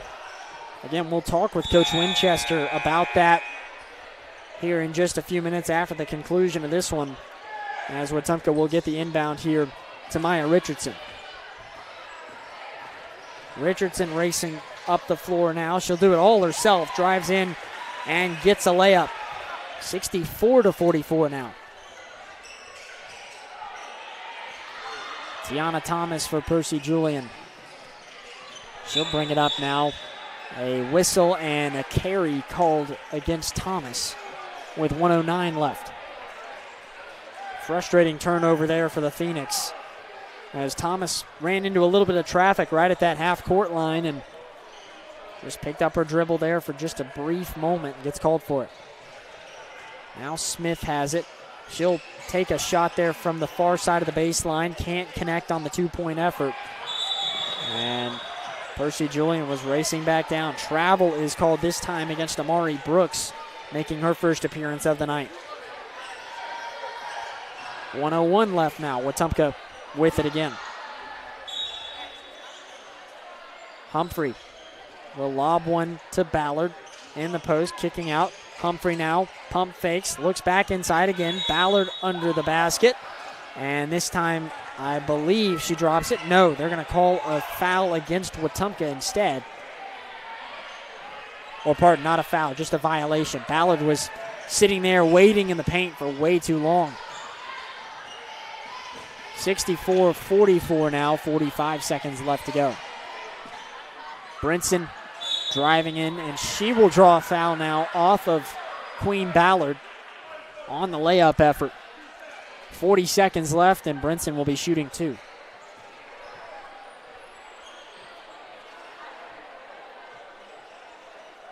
She's had a couple trips to the line, had plenty of steals here tonight, has Brinson, but she hasn't really been able to capitalize in the points category as much as you would think based on the kind of steals that she's had. She makes the first free throw there.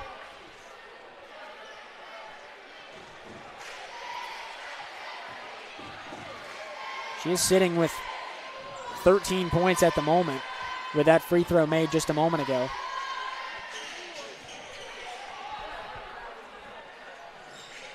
.35 seconds left to go as she missed the second free throw. 64-45. As here comes Humphrey driving down. She'll go up for one. Can't make it either.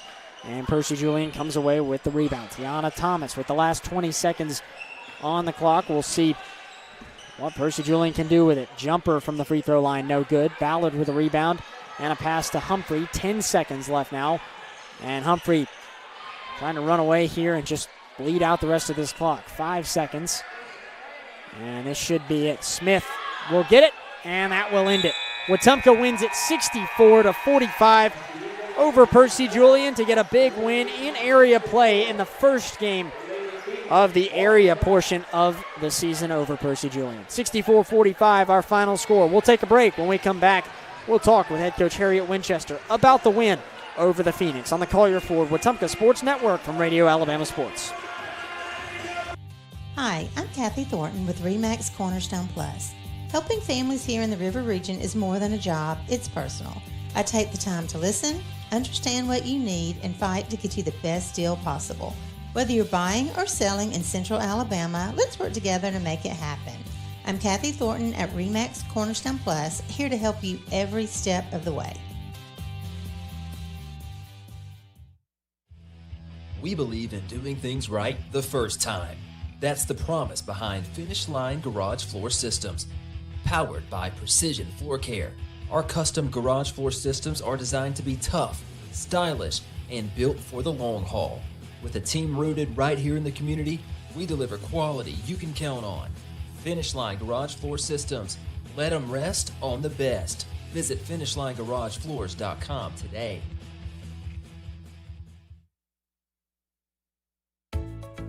Hungry for fresh, flavorful seafood? Come to Wharf Casual Seafood, your local spot for shrimp, crab claws, mahi-mahi, and all your coastal favorites. Looking for a budget-friendly bite? Check out our tasty lunch specials featuring wraps, salads, shrimp, and more.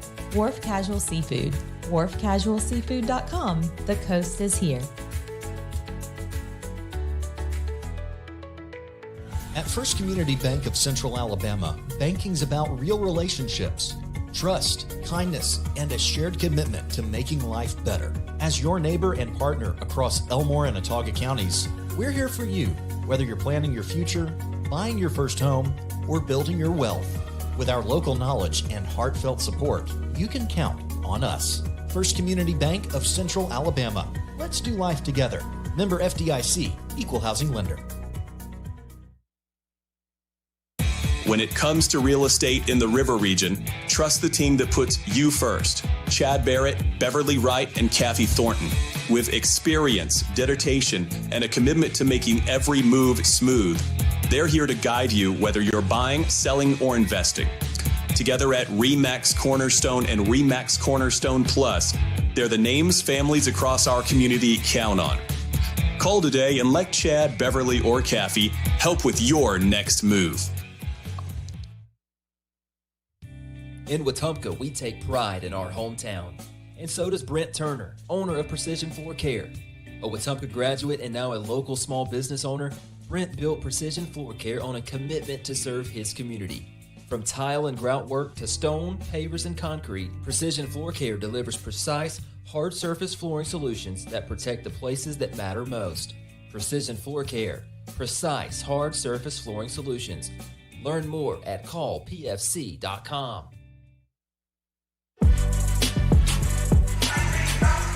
And welcome back to the RE/MAX Cornerstone Plus postgame show. I'm Mitch Petrie alongside Gavin Baxley. Indians get it done 64-45, but stay tuned, stick around. We'll be jumping right into the boys pregame coverage here in just a few moments. Aaliyah Humphrey had 12 points and added a few steals and assists to go with them tonight, and a great job from her. Maya Richardson finishes the night with 10 points, but 5 steals, really making an impact on the defensive side of the floor. But can't talk about this game without talking about Queen Ballard. Finished the night as the the Indians' leading scorer with 20 points and 22 rebounds, well into a double-double for her. Indians really cleaned things up as they got on, had 10 turnovers in that first half, but finished the game with 18, so a little bit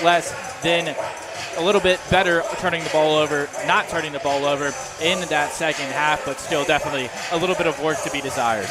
Yeah, no doubt about that. They cleaned it up a little bit, but not quite what they wanted to clean up. But, again, managed to take advantage of their opportunities, stopped Percy Julian from taking advantage of anything that they could come up with there as they were able to force a lot of turnovers. But, again, you saw Brinson multiple times forcing the turnovers, never really capable of getting a bucket to fall, though, off of those, and that's really what helped Wetumpka build on that lead and get the win over Percy Julian.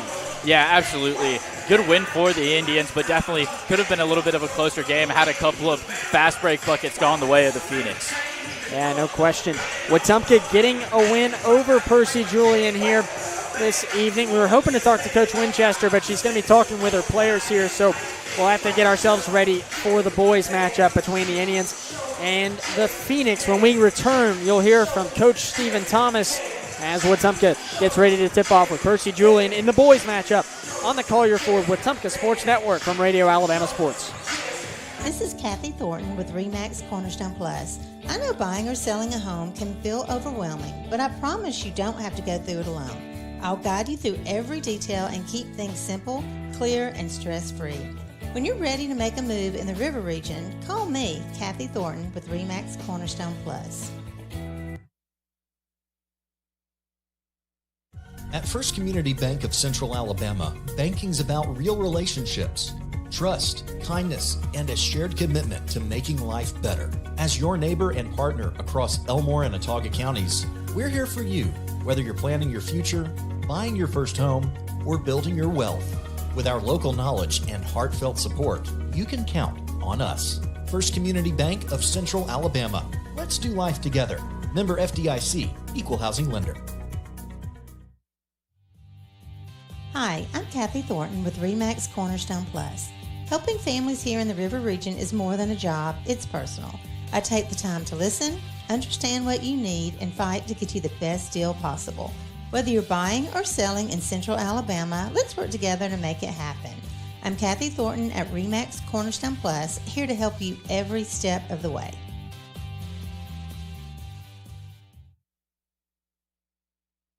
When your job depends on quality building materials, depend on Russell Do-It Center and Building Supply.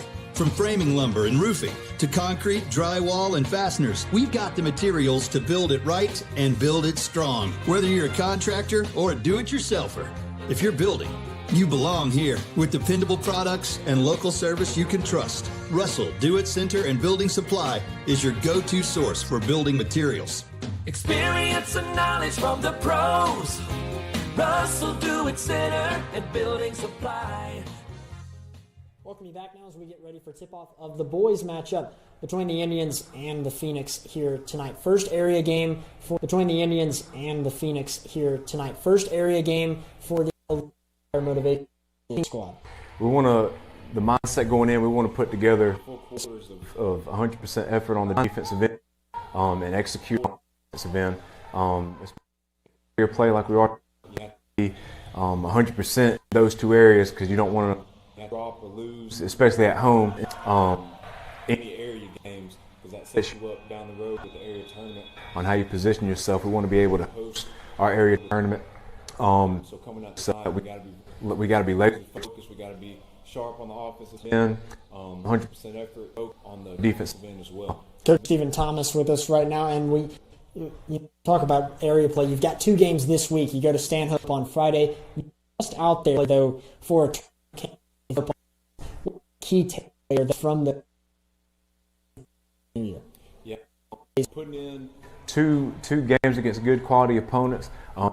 Coming from the break with the layover between the tournament and Park. Those 2 games in, honing it, trying to do as a team, playing with that high effort and then on the end. So getting those 2 games under our belt, I mean, that's what we're looking for, and be able to translate that to this first slate of area games is going to be real crucial for us. What are you really focusing on tonight? You've had a lot of different key players. You seen Voiles be able to pull the three, but we've also seen Ballard in the paint. How do you kind of balance that a little bit? Just being able to move the ball around, have multiple guys touch it. We got 4 or 5 guys that the ball is in their hand. We feel like something positive is going to happen. So really just spreading the ball around on the offensive end, making sure those key guys get touches around throughout each possession. I mean, there's no telling what can happen with multiple guys that are able to have the high capability of scoring the ball. If they get multiple touches in the possession, it just makes other defenses have to key in on. You can't key in on just one guy. You got to play multiple guys at the same time. Coach, looking forward to another one here tonight. Yeah. Thanks for taking the time. Okay, thank you. That's Coach Stephen Thomas when we return tip-off of the boys matchup between Wetumpka and Percy Julian on the Call Your Forward Wetumpka Sports Network. Are you tired of slow internet? With Central Access, you get the speeds you pay for delivered directly to your door, so you won't get bogged down when your neighbors are online too. Stream, game, work, and video chat. No contracts, no data caps, no price hikes, nothing but an exceptional all-night experience. Check availability today at caecaccess.com. Central Access, your local link to broadband.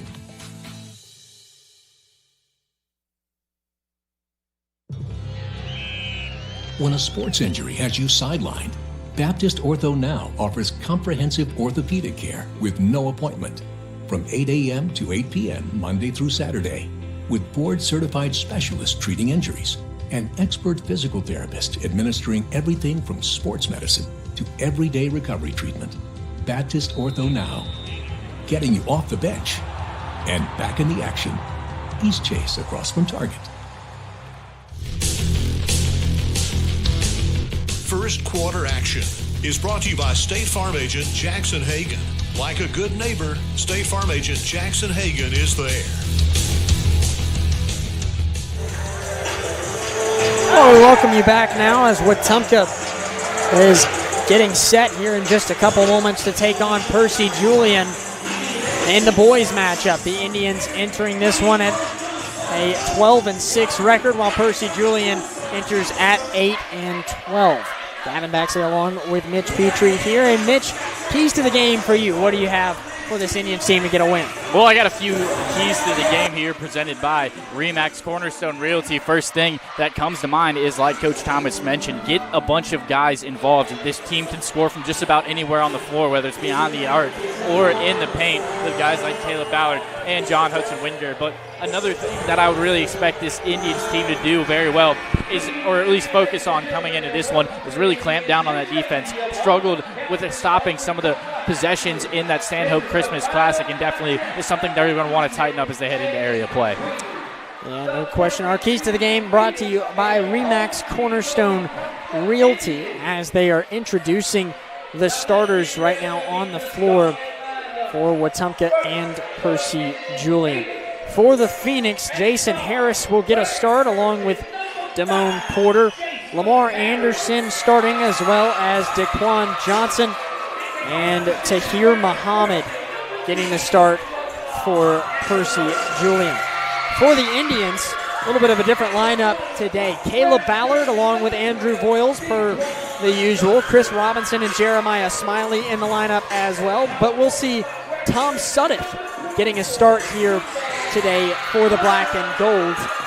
Not usually what we see with Suddeth. A lot of times we would expect John Hudson Wingard to be in the starting lineup for this Indians team. So different approach here today for Wetumpka. Yeah, and I think Suddeth got about an inch or two on Wingard, although Wingard has done a great job really crashing that offensive glass. But I think Suddeth gives the Indians a little bit of a better defensive alignment. He's really been a stark defender of that paint, and I think that could be the reason for the start today. Well, we saw Suddeth get a lot of playing time when Wingard was gone while he was out on his AHSA All-Star football game trip, and that maybe has given Suddeth the opportunity to see a little bit more action here today.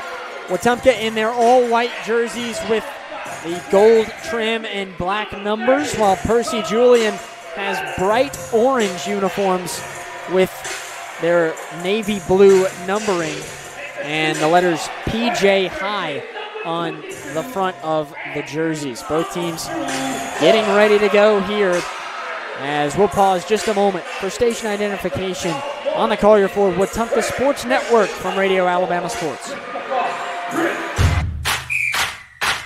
105.1 WRFS is WRFS-FM, Rockford, Alexander City, Lake Martin, Wetumpka, Prattville, Montgomery, home of the Wetumpka Indians on the Collier Ford Wetumpka Sports Network. Gavin Baxley here along with Mitch Petrie as we've just wrapped up our starting lineup introductions here, and both teams getting in their final messaging in the huddles before they take to the floor. The head coach of the Indians, of course, is Stephen Thomas, with Bryant Johnson, the head ball coach for this Percy Julian team. And a little bit of a credit here to Percy Julian. All of their coaching staff wearing suits today. Gotta respect it. Love the effort in the dressing. Wetumpka in their black hoodies today, all matching. As both teams on the floor, set for the jump ball. Jason Harris and Caleb Ballard will be there for the jump ball.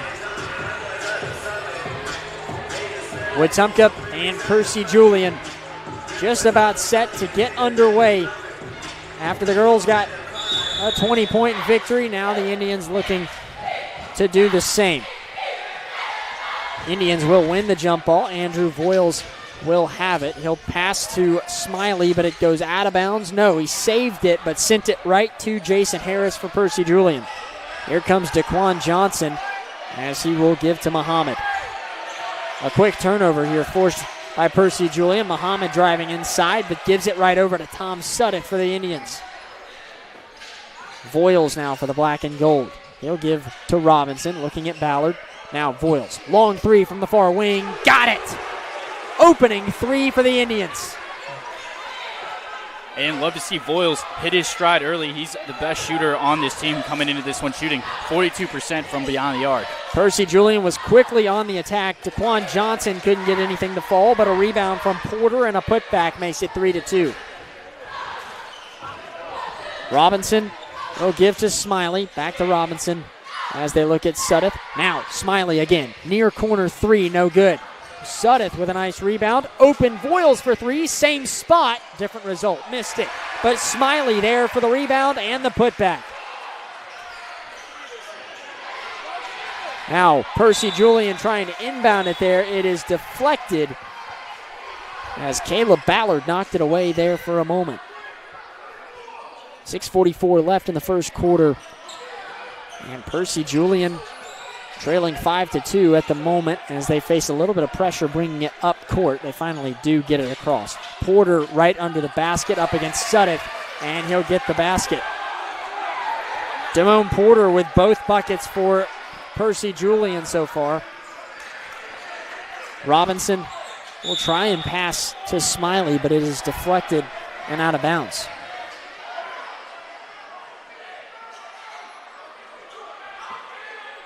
Robinson getting ready to inbound this one, and got to think he's going to look right over to Voiles, and he does.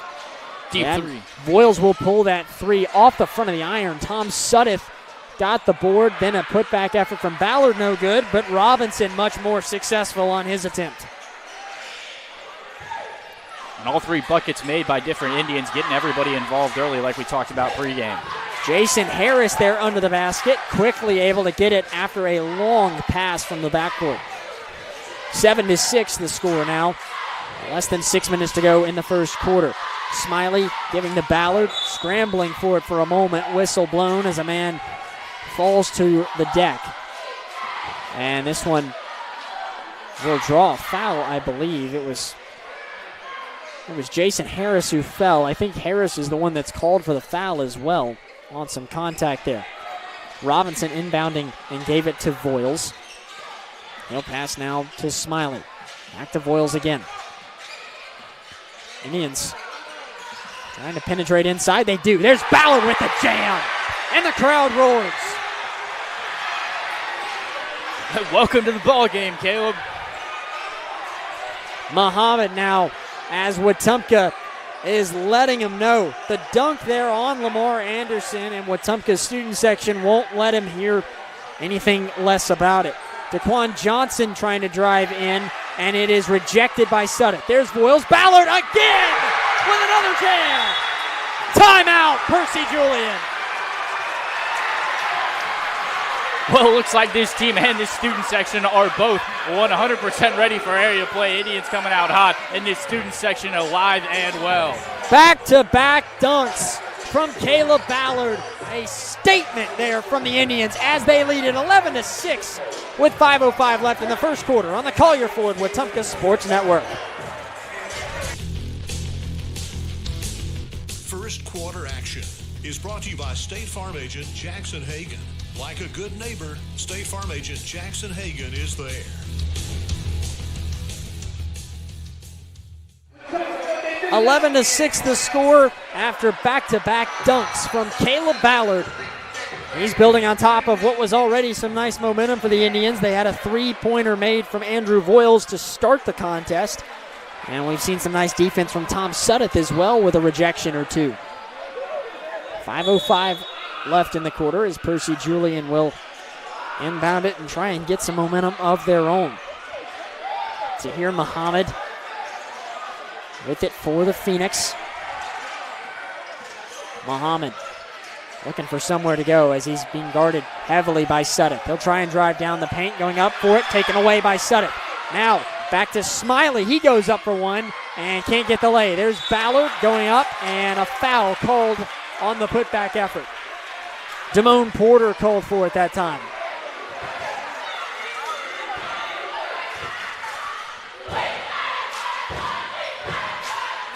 Caleb Ballard shooting two.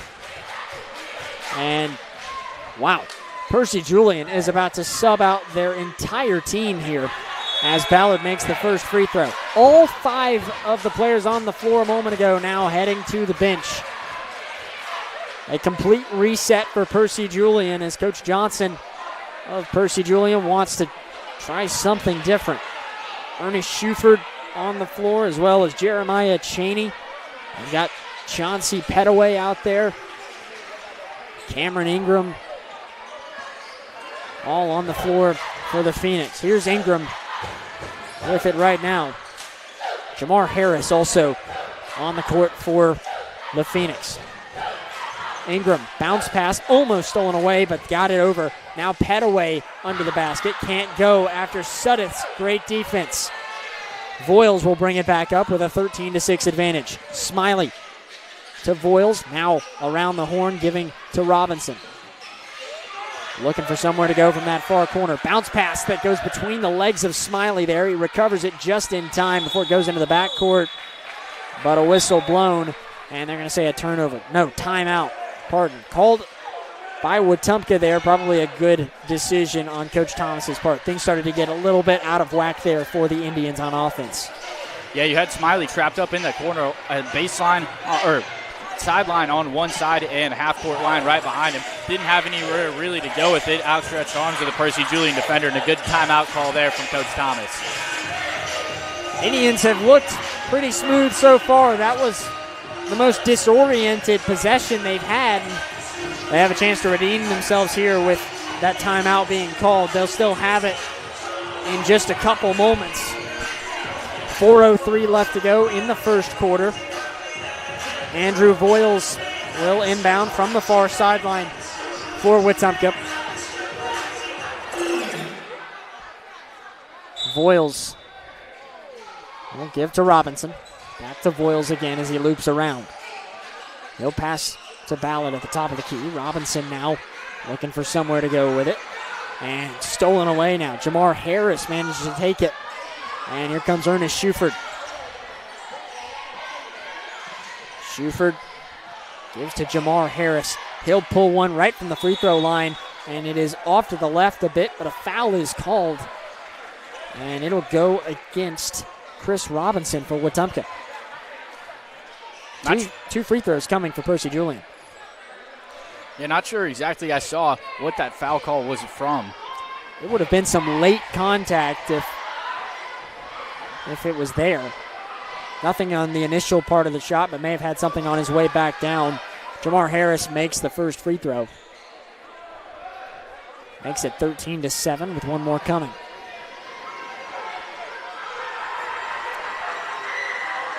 The Indian student section giving it to him there for a moment, but it doesn't stop him from going 2 for 2 from the free throw line. Robinson giving to Smiley as he comes back across the court. Had it poked away for a moment. Smiley reached for it there, and that was ill-advised. Think it would have been called out against Percy Julian had he not touched it. Ernest Shuford inbounding now for Percy Julian. Now Ingram with it. Looking for somewhere to go. Gives to Shuford.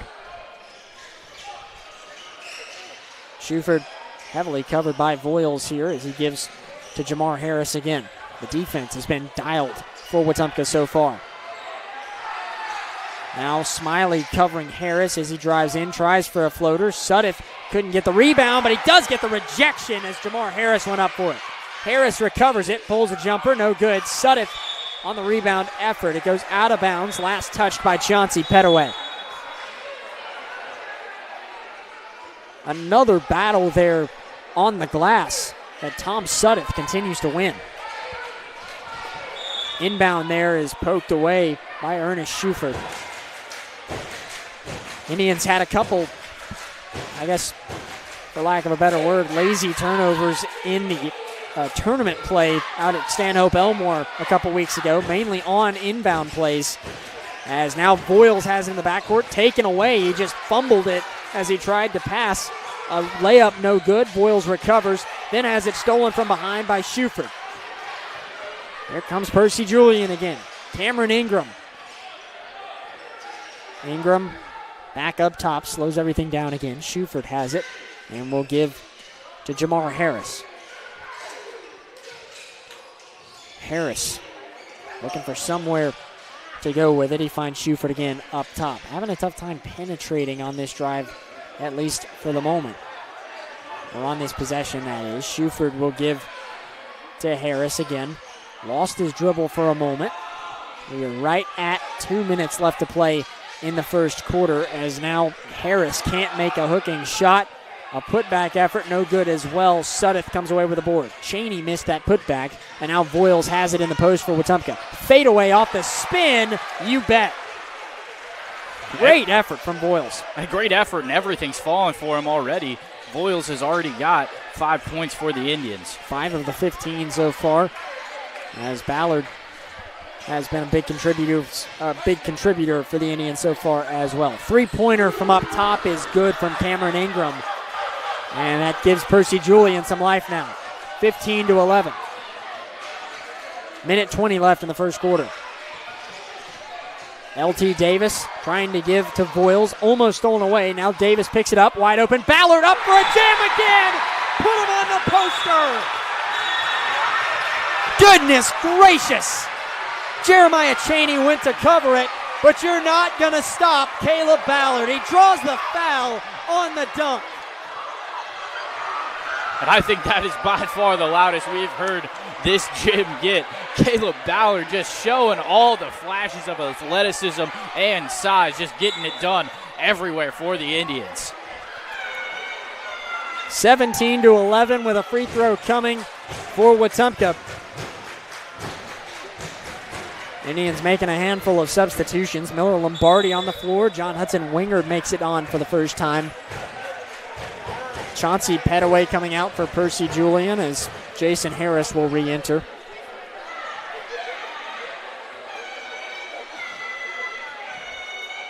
Now Ballard, first of the and one free throw, couldn't manage to take advantage of it. Lamar Anderson got the rebound. And with just over a minute left to play in the first quarter, it's 17-11 Wetumpka. The Phoenix with it now with Shuford. He'll try and drive past Lombardi, going up for it. Can't get it from the right side, but a foul called against Lombardi.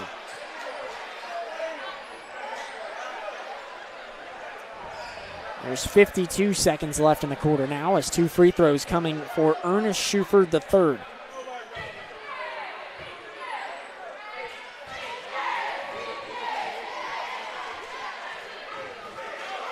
Action-packed first quarter so far as Shuford makes the first of the 2 free throws.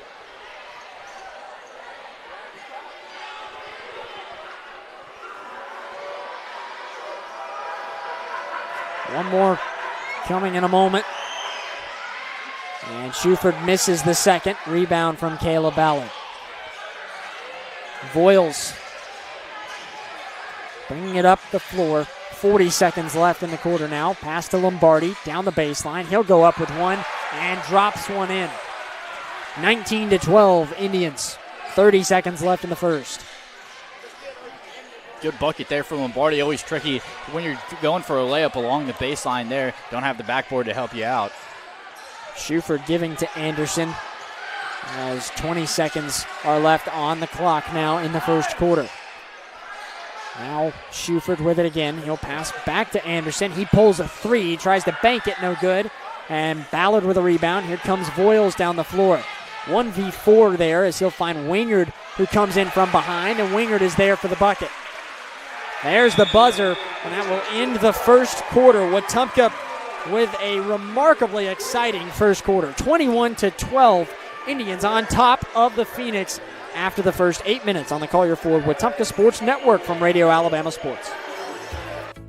Hungry for fresh, flavorful seafood? Come to Wharf Casual Seafood, your local spot for shrimp, crab claws, mahi-mahi, and all your coastal favorites. Looking for a budget-friendly bite? Check out our tasty lunch specials featuring wraps, salads, shrimp, and more. Wharf Casual Seafood. WharfCasualSeafood.com. The coast is here.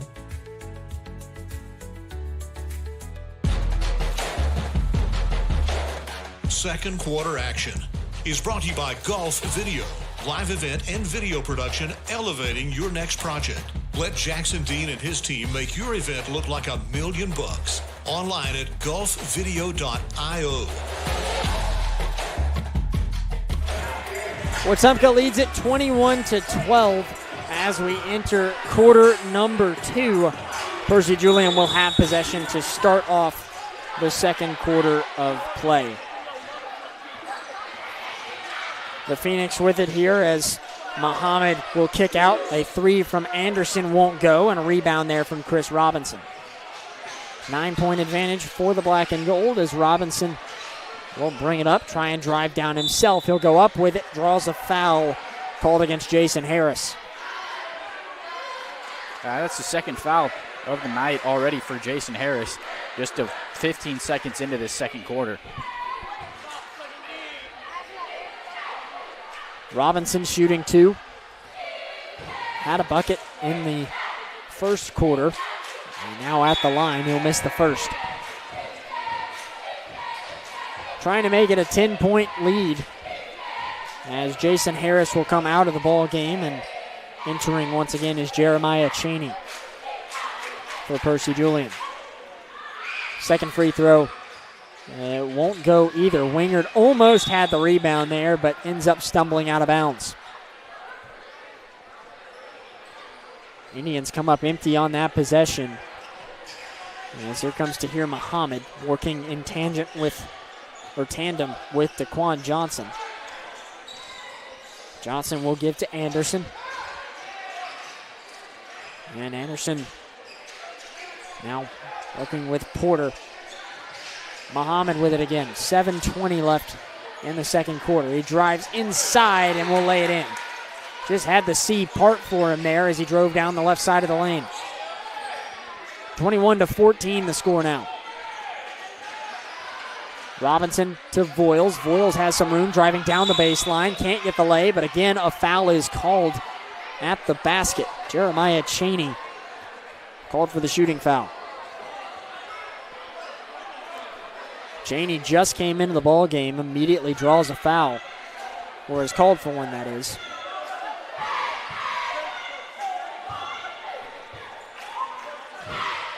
Check that, it's Damone Porter who was called for it, not Chaney. Voiles missed the first free throw. Chauncey Petway will come into the game now for Percy Julian. Out will come Jeremiah Chaney.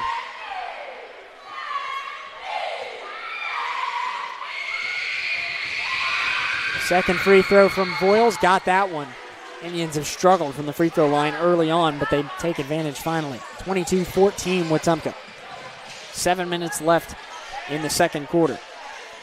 Muhammad will give to Porter, now over to Johnson. Still from beyond the arc, covered by Chris Robinson. He'll try and drive in with the right hand. He'll go up for one, can't make it. Petway races in for a board, can't get a putback though. Now Voiles, he's got it, coast to coast, no problem. Lays it in, and a 10-point lead for Wetumpka. No problem for Voiles there, just doing it all himself. Thank you very much. Tahir Muhammad now with it for Percy Julian. Down by 10 already. They'll pass to the near corner. It's Schuford who has it. He goes up for one, or pardon, that's Anderson. Hook shot there from inside the paint. He makes it 24-16 after the make. Now Voiles was racing down. He drew a foul called on the floor against Percy Julian.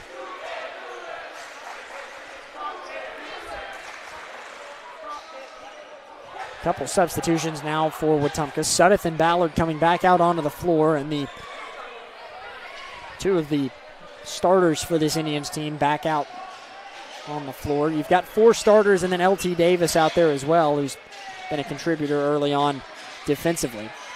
Robinson will drive in. He kicks out to Voiles, but has his pass deflected. That time last touched by Daquan Johnson, who got a hand on it. Voiles from the baseline. Gives to Ballard, who passes to Robinson. Robinson to Voiles, far corner, looking for somewhere to go here as he thought about the three. Now he's trapped and in trouble. Stolen away for a moment. Now they've got it. And an easy layup there from Daquan Johnson. Good team effort there from Johnson and Lamar Anderson to force that trap and the steal and eventually get the bucket. 24-18 left now. 5:30 to go in the second quarter. Ballard in the post, spinning, gives to Voiles, open for three, no good, off the front of the rim. Voiles chases it down and gets his own board. Now Davis open for three. That one spins around and falls through. 27-18 Wetumpka. And a backcourt called against Percy Julian here as Tahir Muhammad came up the floor. He tried to dribble behind his back, and at one point, Damone Porter thought he was losing it as he was coming up from behind and touched it from the backcourt, and that's what calls it. 27-18, and Wetumpka has possession again with Chris Robinson.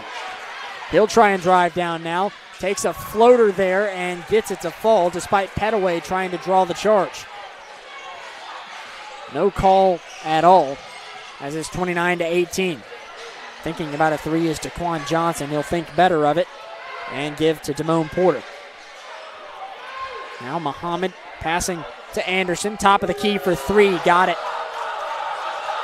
Big three there for Percy Julian.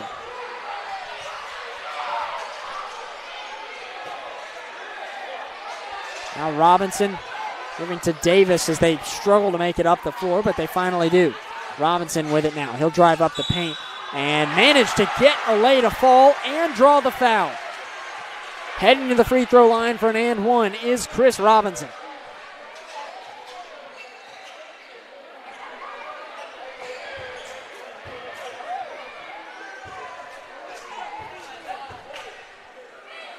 (31-21) with an and one free throw coming.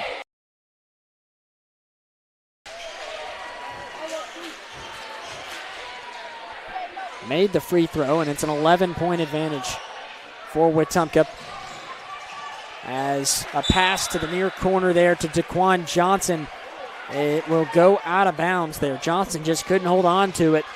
And another turnover here. Frustrations for Percy Julian. Lobbing pass, and now LT Davis giving to Ballard. Spinning around. Fade away. Overshoots that one. And a rebound there from Damone Porter. He and Tahir Muhammad working their way up. Now Anderson trying to drive in. He'll kind of underhand toss it up. It turns into kind of a pass. Back to Anderson for three. Bottom again. Lamar Anderson getting hot from beyond the arc. 32-24 the score. Now Andrew Voiles looking inside. Tom Sudduth. Sudduth getting Well, thought that was going to be a foul called against Percy Julian. It seemed like a lot of contact going on there between him and Petaway. And instead, they're going to call Sudduth for one. Yeah, that's a tough foul call there. You had the defender go over the back of Sudduth and kind of wrap around his arm. Can't believe that foul call was on Tom Sudduth. This is an interesting strategy here from Coach Johnson. He just subbed in 3 players at once again. Seems like he's just continuing to give different looks to this Indians team, and that's kind of helping him to maybe throw off Wetumpka's defensive efforts. Now, Cameron Ingram, who gave to Harris, now back up top and center to Shuford. He'll give over now to Petaway. Jamar Harris with it again now as they still try and set things up, just moving the ball around for the moment. Ingram directing traffic. He'll back off now. Just over 3:10 to play. Anderson driving down, kicks out. 3 from the far corner off the front of the rim there. No good on the effort from Ingram, but a good save that goes right to Ingram, who stepped out of bounds. Robinson with it now for Wetumpka, will inbound.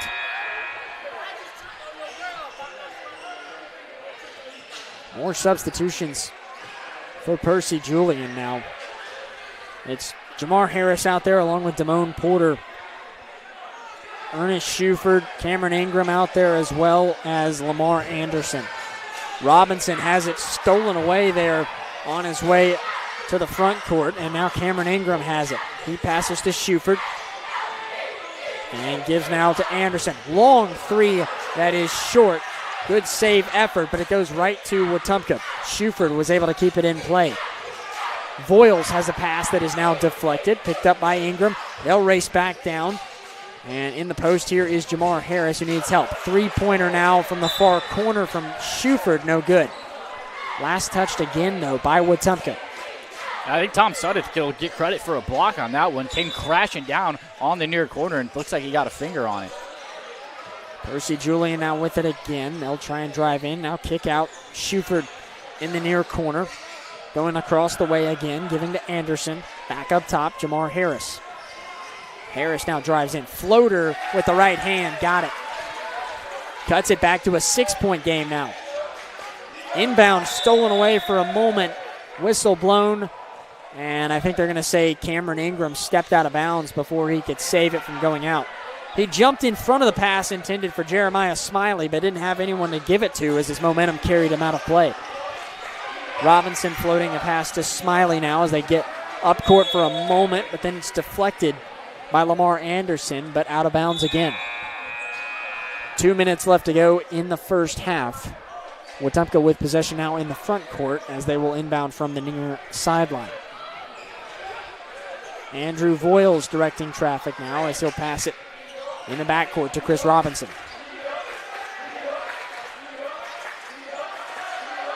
Robinson to Voiles. Looks inside. Sudduth now in the post. Open Lombardi in the far corner. He pulls the 3, no good. Rebound now for Percy Julian. Porter racing down the floor. He'll beat everybody. Couldn't get the lay, but I think they're going to say that there was basket interference there. And yeah, that's going to go against Tom Sudduth. I think he touched the rim as it was within the cylinder, and that makes it 32-28. After the credit to Damone Porter will go for a bucket. Miller Lombardi gets to Robinson. Now Sudduth in the front court. Sudduth has it poked away. Now racing for it. An easy pickup and bucket for Jamar Harris. Timeout Wetumpka. 32-30 now with a minute 29 left to go in the first half. And this one is a close one all over again. Yeah, the Indians were up by double digits, but this really, what I feel like has changed the game so far for the Phoenix. They really started pressing on both ends of the floor, really playing that tight defensive coverage, and the Indians have turned the ball over a few times as a result. They've continued to force the turnovers, but unlike the girls matchup, Percy Julian has taken full advantage of those turnovers so far. in this first half. That's what made it a 2-point game again. We saw something like this in those last 2 games of the Stanhope Elmore tournament. Wetumpka would get out to a big lead and then have it close right back up on them. Something we saw a lot in that Central of Coosa County game, and we're seeing it again here tonight. Make sure to stick around for our City of Wetumpka halftime show that will immediately follow the conclusion of this second quarter. Coach Thomas passionately delivering his message to Wetumpka here as he tries to get the guys fired up once again after giving up a little bit of a run here. Indians led by as much as 10, and now it's a 2-point advantage. Chris Robinson inbounding from the baseline. And he'll get it in to Lombardi as Robinson, and Voiles work their way up the floor. Getting it across half court, looking inside. Caleb Ballard has room. Goes up for a light, almost jam, but more of a layup that time. Playing it safe to make it 34-30. Now coming down to the last minute of the first half. Shuford with it as we hit 1 minute to go right now. Lamar Anderson with it. Trying to direct traffic here for a moment. He'll pass to Ingram. Now Ingram calling out the shots. Anderson with it. Looking for somewhere to go as he's covered by Voiles. Now he'll try and drive, but backs off again instead and giving to Ingram. Just over 30 seconds left now. Bounce pass almost stolen away. Anderson has it. Thought about looking for that three. He had a little bit of space, but instead gave to Ingram. 20 seconds as now Percy Julian seems to be playing for the last shot of the half. Shuford now with 12 seconds, down to 10. Looks inside. Anderson, 8 seconds. 7, 6, 5, 4. Driving inside. Shuford floating one, can't get it. 2, 1, and Indians won't get a shot off. It was no good by Voiles anyway from half court. 34-30 the score at the halftime mark. Wetumpka and Percy Julian in an all-out battle after the first 16 minutes. We'll take a break. When we return, the City of Wetumpka halftime show on the Collier Ford Wetumpka Sports Network from Radio Alabama Sports. It's the 2025 Model Year Sales Event at Collier Ford. Drive home America's favorites with 0 down, 0% APR financing, and no payments for 90 days. That's right. Get into a new Explorer, F-150, Escape, and more without paying a penny up front. And enjoy 3 full months before your first payment. Don't miss out. Come on. Come to Collier.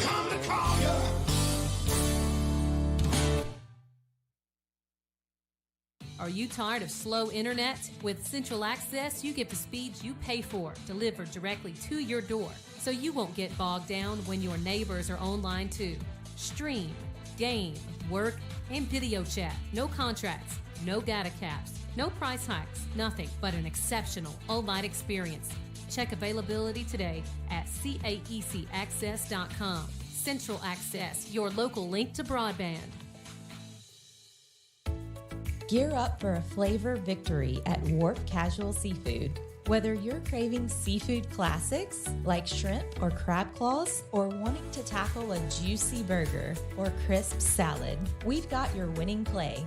Dine in with us or grab a meal to go and find out why every bite is a win at Wharf Casual Seafood. Check out our menu at wharfcasualseafood.com. The coast is here.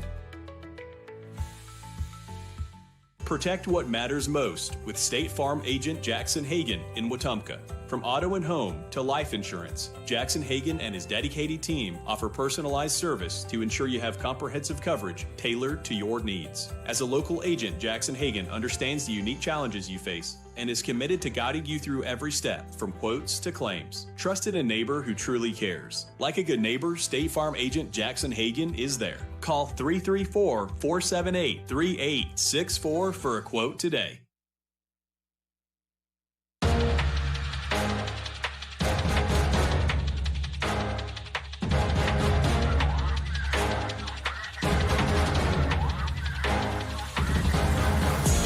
This is the City of Wetumpka Halftime Show on the Collier Ford Wetumpka Sports Network. And welcome to the City of Wetumpka Halftime Show. I'm Mitch Petrie alongside Gavin Baxley. Indians lead it by 4, 34-30 after a hard-fought first half.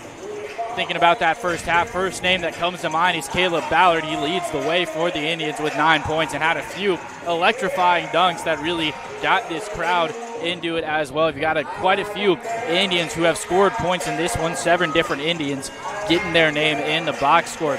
Chris Robinson had 6 points of his own, all coming from inside the 3-point line, and he had 3 assists to go along with it. Andrew Voiles has 8 points, doing a great job as well, and he's also passing the ball real well. He's gotten 5 assists with it as well. Looking at the defensive end, you got Tom Suddeth. Hasn't had a point yet in this one, but he comes away with 4 blocks and 6 rebounds in that first half. Really doing a great job of locking down that paint for this Indians team. Yeah, he's been remarkable so far. Both Suddeth and Ballard have really been the key focus points for this Indians team in the paint, one on the offense and one on the defensive side. And you just have to look at Suddeth with those rejections multiple different times for being able to keep Percy Julian at bay a lot, despite giving up a little bit of a run there at the end of that first half to give Percy Julian just a 4-point deficit at the halftime break. Yeah, and a big contributor to kind of cutting away at that lead was Indians turning the ball over. 9 turnovers as a team in that first half. Not what you're looking for if you're Coach Stephen Thomas, and that's something that he had mentioned he wants to see this team get a lot better at as this season goes on, and ever important in area play to not give your opponent more chances than they deserve. Yeah, for sure. And Wetumpka has done that more than they would like to, and that's been an ongoing issue for this Indians team over the last couple of games that we have had the coverage of. But it's also something that Wetumpka has been able to overcome one way or another. And despite the 4-point lead, they can absolutely clean that up a little bit and easily be able to expand on this 4-point lead at the moment. Feel like they've really been efficient on getting the looks inside. They've had a couple made threes, but again, they want to be able to kind of take more advantage of that. We saw Andrew Voiles knock down that first 3. Hasn't made a 3 since then, though, has Voiles. So hoping that he can maybe get a little bit more going there from beyond the arc. Yeah, and like you mentioned, only 6 3-point shot attempts excuse me, for the Indians in that first half. 2 of them were made, so shooting the ball at a 33% clip. Not bad at all if you're the Indians. And you've definitely had a couple more open looks that you decided to pass out of. So if you're the Indians, you could definitely break this thing wide open if you start taking and making a few more of those shots. Yeah, no doubt. Wetumpka right now with a 4-point advantage over Percy Julian at the half. Central Alabama Community College is building brighter futures right here at home with affordable tuition, flexible programs, and campuses across the region. CAC helps students start strong and go far. Central Alabama Community College, central to you, central to your success. It's 34-30, Wetumpka with the lead. When we return, second half action between the Indians and the Phoenix on the Collier Ford Wetumpka Sports Network from Radio Alabama Sports. Looking for power, performance, and adventure? You'll find it all at Collier Ford in Wetumpka. For more than 70 years, Collier Ford has been proudly serving the River region since 1952, helping families and businesses hit the road with confidence. When you think trucks, think Collier Ford, home of the legendary Ford F-150, built tough to handle any job. If adventure is calling, Collier Ford has the bold and capable Ford Bronco, ready to take you off the beaten path. Want that same spirit in a smaller package? The Bronco Sport is waiting for you at Collier Ford. From great ideas to family service, Collier Ford makes buying your next vehicle easy, fun, and stress-free. So whether you're hauling, exploring, or just cruising through town, make your next stop Collier Ford. Test drive your next Ford today, and remember, come on to Collier. Collier Ford in Wetumpka. Come to Collier.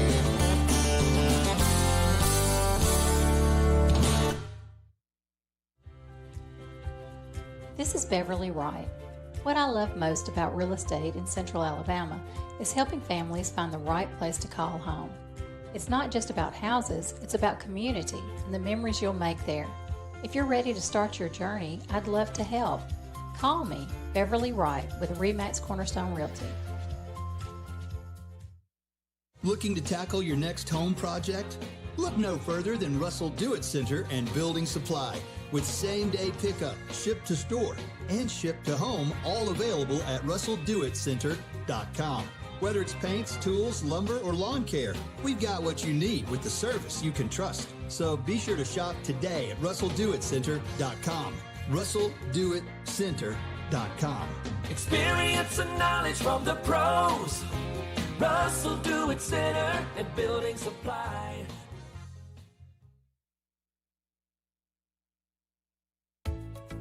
Hungry for fresh, flavorful seafood? Come to Wharf Casual Seafood, your local spot for shrimp, crab claws, mahi-mahi, and all your coastal favorites.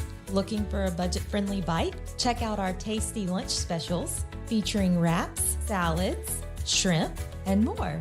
Wharf Casual Seafood, wharfcasualseafood.com. The coast is here.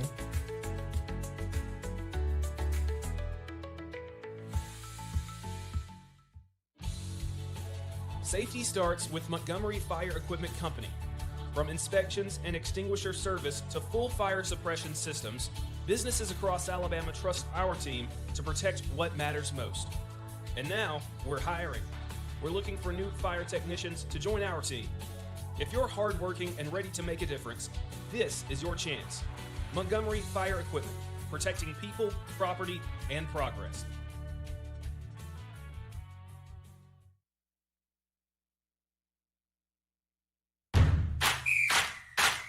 105.1 WRFS is WRFS-FM, Rockford, Alexander City, Lake Martin, Wetumpka, Prattville, Montgomery, home of the Wetumpka Indians on the Collier Ford Wetumpka Sports Network. Third quarter action is brought to you by Radio Alabama Sports. Game on, online at radioalabamasports.net.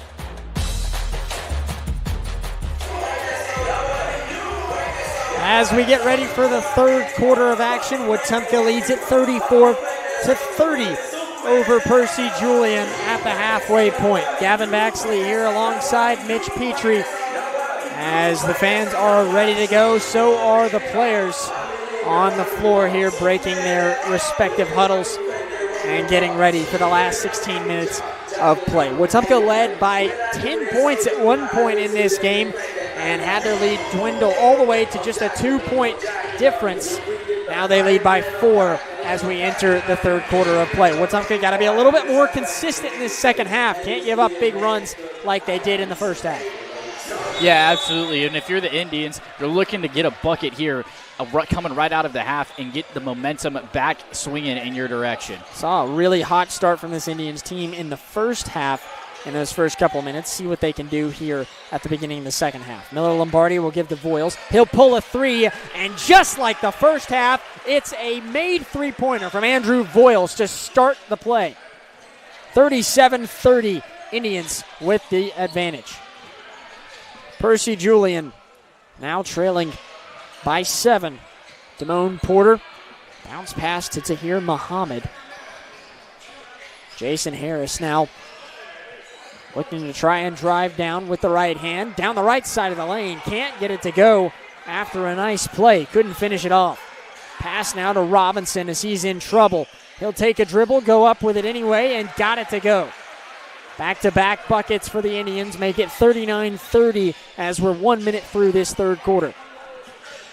Muhammad up top. Anderson with it now for Percy Julian. He'll try and drive inside, going up for it. Got it, and the foul.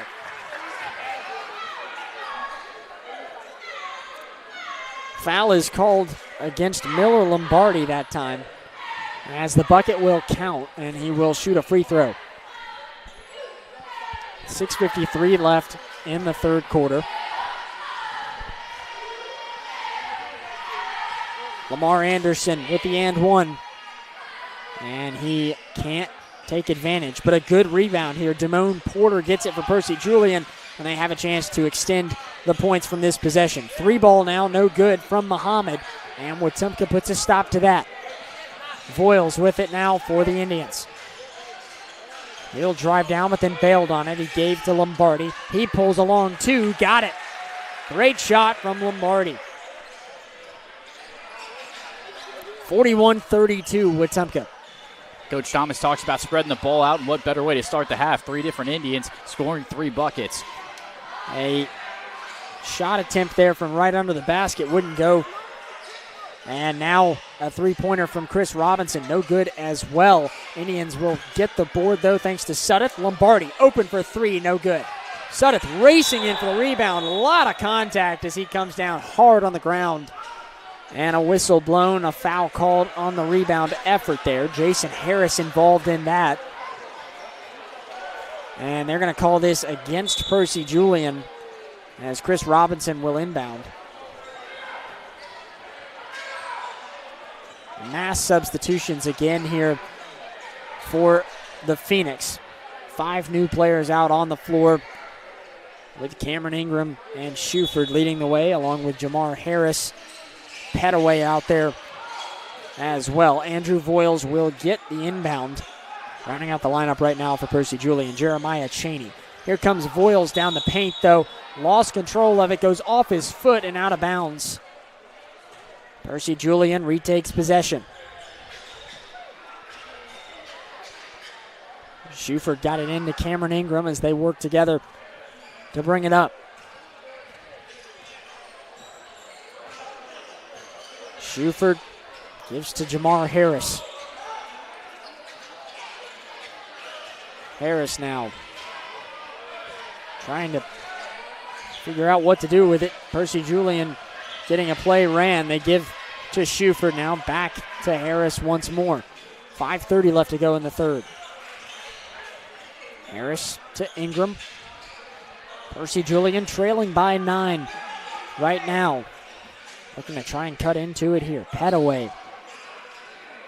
Not dribbling here. He's just holding on to it, trying to keep Ballard from ripping it away. He gave over to Harris, and now a man open. A three-pointer, no good from Cameron Ingram. Rebound, though, from Shuford. Took advantage of multiple bodies on the floor and had no one there to block him as he goes up for an easy lay. 41-34 Indians. Now a pass down the floor. Caleb Ballard. He's in trouble now, looking for somewhere to go. He tries to throw it off the body of Petaway, but instead, Petaway is going to be able to take it away. I think a foul was called right after that as well.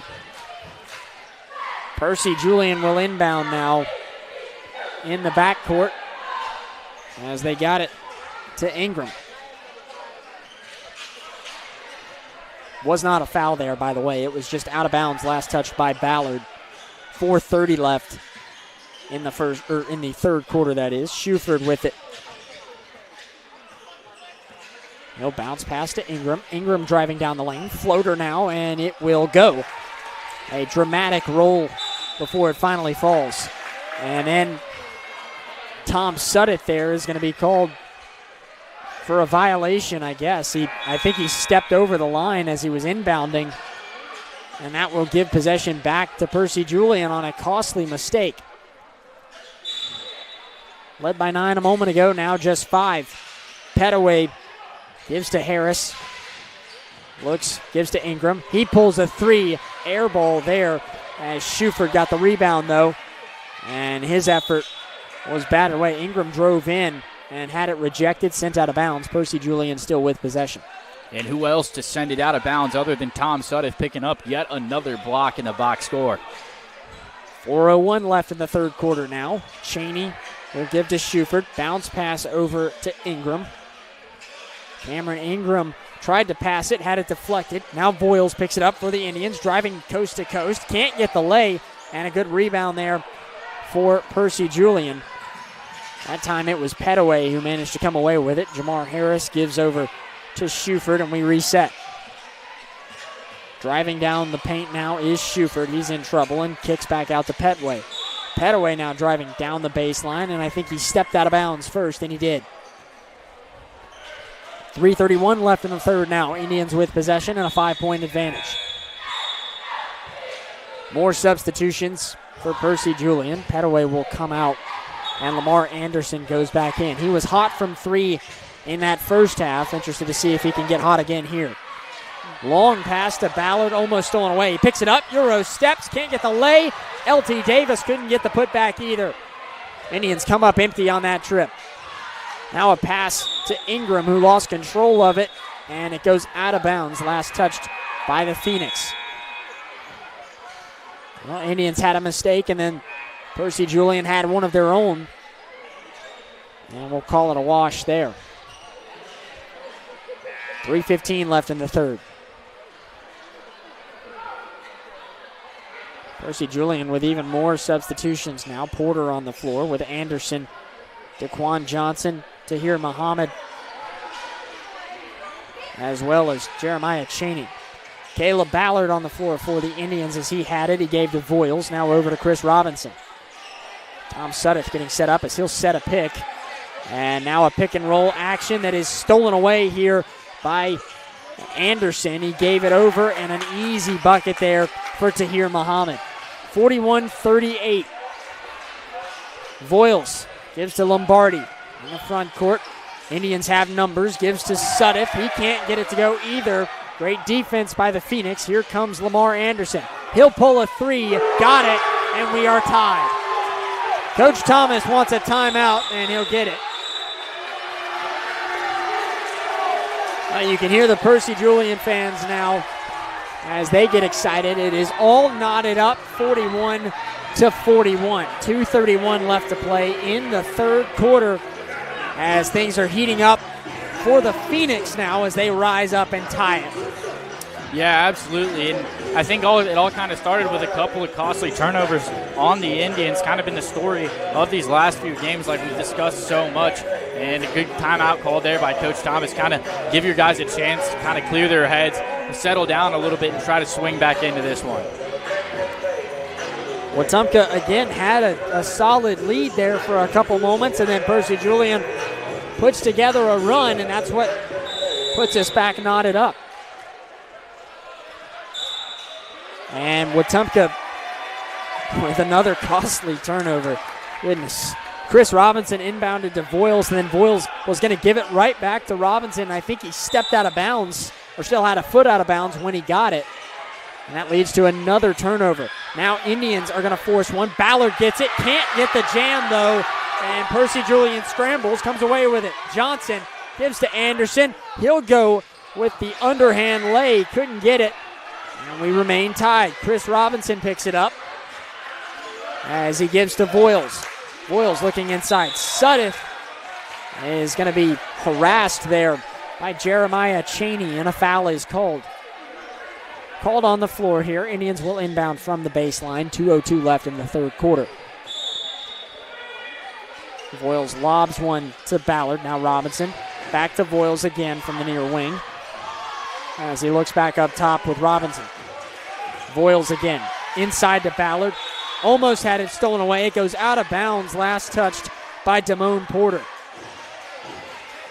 Run out of bounds on the near sideline. Indians will inbound from right in front of their own bench. Chris Robinson doing it. He'll give to Voiles. Now Robinson again in the near corner. Lombardi now up top, driving down the lane. Going for the floater, couldn't connect. Managed to come away with it on his own and gives to Sudduth. Lost it, went to Lombardi again though, and now poked away. Daquan Johnson this time has a lane, and he can't get the roll either. No one can score after that timeout. It's still tied up. Here comes Voiles now. He goes up, can't get it, but a foul called against Jeremiah Chaney. Percy Julian doesn't like that one. It's the fourth foul called against Chaney here. And I believe Coach Johnson is going to have to sub him out.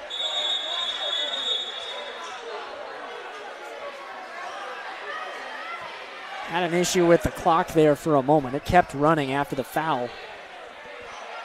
And so they'll have to put a few seconds back on it. 1:40 left to go in the third quarter. Andrew Voiles shooting 2 free throws with a chance to give the Indians the lead once again.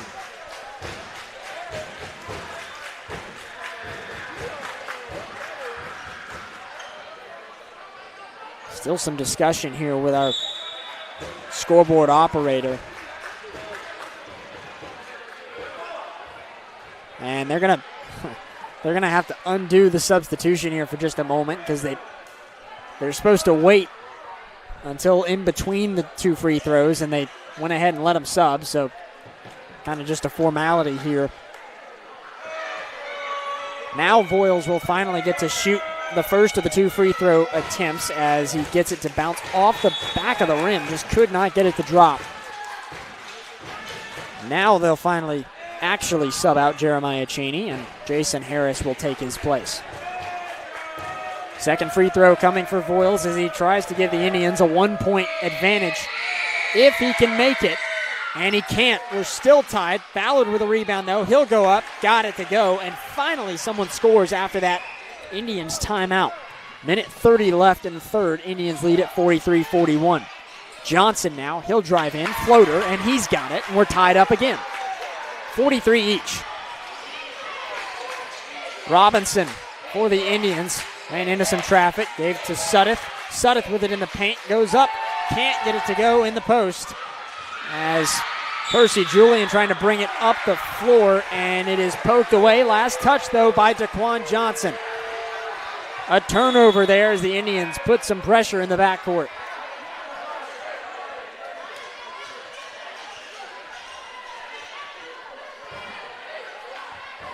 Robinson inbounding for Wetumpka with a tie ball game at 43 each. Voiles trying to drive. He lost control of it on his own there, and he's frustrated with himself. No one really got to him. He just kind of stumbled, tripped up, and then lost it. Voiles is holding his hand here. Not sure if there's anything to that. I think he's going to have a trainer look at him here as he's holding kind of his wrist area on that left hand. Hope he's all right. He subs out as LT Davis came in for him. Percy Julian has it now with 50 seconds left in the third quarter. Johnson will give to Anderson. Anderson passing over now. This is Muhammad. Working its way back around to Anderson again at the top of the key. 35 seconds left in the third. Johnson's pass now, stolen away. Here comes LT Davis, can't get the lay. Lombardi with the board, and he's got it to go. 45-43, 20 seconds left in the third now. Percy Julian down by 2, 15 seconds left in the quarter. Looking inside, right under the basket. Porter can't get it. Lombardi with the rebound, 10 seconds left. Now down to 7. Stolen away again for the moment. Percy Julian has it. Lombardi gets it off the scramble. 1 second. 3 from Ballard. No good. 45-43. Another action-packed quarter between these two. Indians with a 2-point advantage with 1 quarter to go on the Collier Ford Wetumpka Sports Network from Radio Alabama Sports. Are you tired of slow internet? With Central Access, you get the speeds you pay for delivered directly to your door, so you won't get bogged down when your neighbors are online too. Stream, game, work, and video chat. No contracts, no data caps, no price hikes, nothing but an exceptional online experience. Check availability today at caecaccess.com. Central Access, your local link to broadband.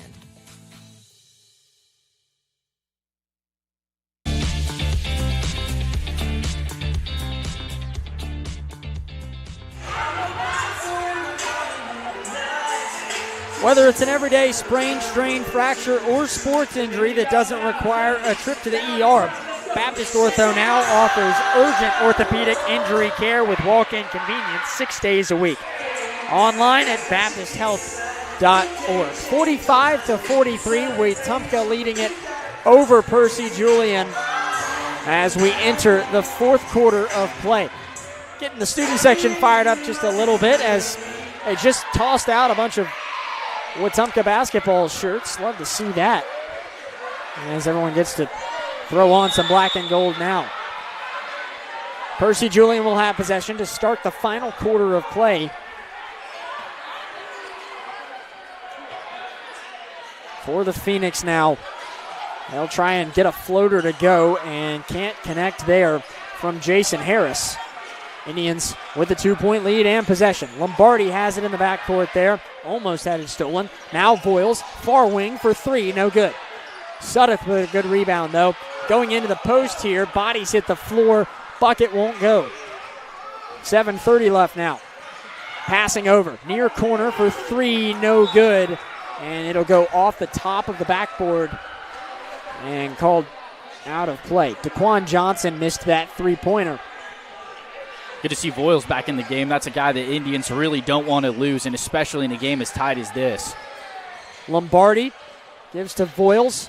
He'll float one up, going for an alley there with Caleb Ballard. Can't connect on it, and it leads to the turnover. Percy Julian in transition. Can't get a lay from Damone Porter.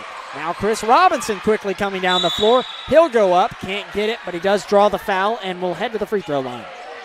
That was a good job there by Chris Robinson. Saw the defender crashing right in on top of him and kind of jumped into him in hopes of drawing the foul. Works out for him that time. Robinson shooting 2 free throws now for the black and gold. 7 minutes left to play and a 2-point lead for Wetumpka. Having to clean up a wet spot real quick right under the basket nearest the Wetumpka bench. Indians trying to expand on the 2-point lead that they have right now. No one has scored after the first minute of this fourth quarter. Robinson with a chance to change that here, but Wetumpka has struggled a little bit from the free throw line so far today. They absolutely have, and that's something you work on every day in practice, and Coach Thomas really hoping that pays off here. First free throw for Robinson, and it does pay off to some degree. He makes that one and extends the lead now to 46-43. One more free throw about to come. Percy Julian with more substitutions. Jamar Harris back out there. They've got Lamar Anderson as Shuford will come to the floor as well. Jeremiah Cheney and Cameron Ingram on the floor for the Phoenix as well. Second free throw attempt, good as well. A 2-for-2 trip there from Chris Robinson makes it 47-43 Indians. Cameron Ingram now. Slowly dribbling his way up, slowing everything down, letting everyone catch their breath. Jamar Harris will give to Ingram. Now Anderson again. Back up top. Just moving the ball around, seeing what openings they can find as Ingram gives to Harris, and back and forth we go. Now Harris with it. Back to the top. They'll look now to the near corner. Shuford. Harris again. No one has penetrated inside the paint just yet.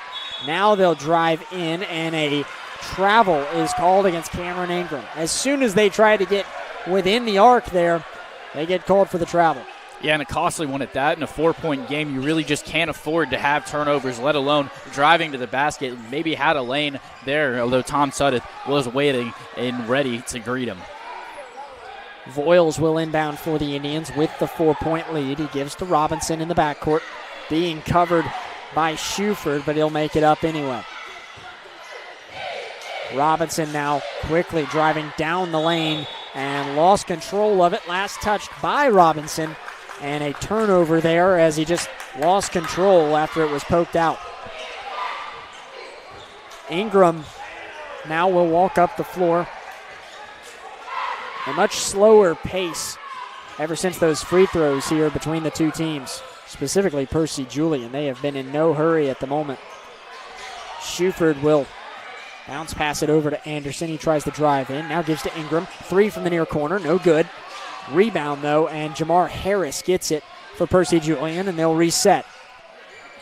Now Anderson near wing for 3. Off the mark again. Another rebound from Harris. Top of the key for 3. No good. Fighting for the rebound. Percy Julian with another chance. 3 from Ingram again near corner. That time he got it. Big rebound there from Shuford. Managed to give Percy Julian another opportunity. They take advantage finally.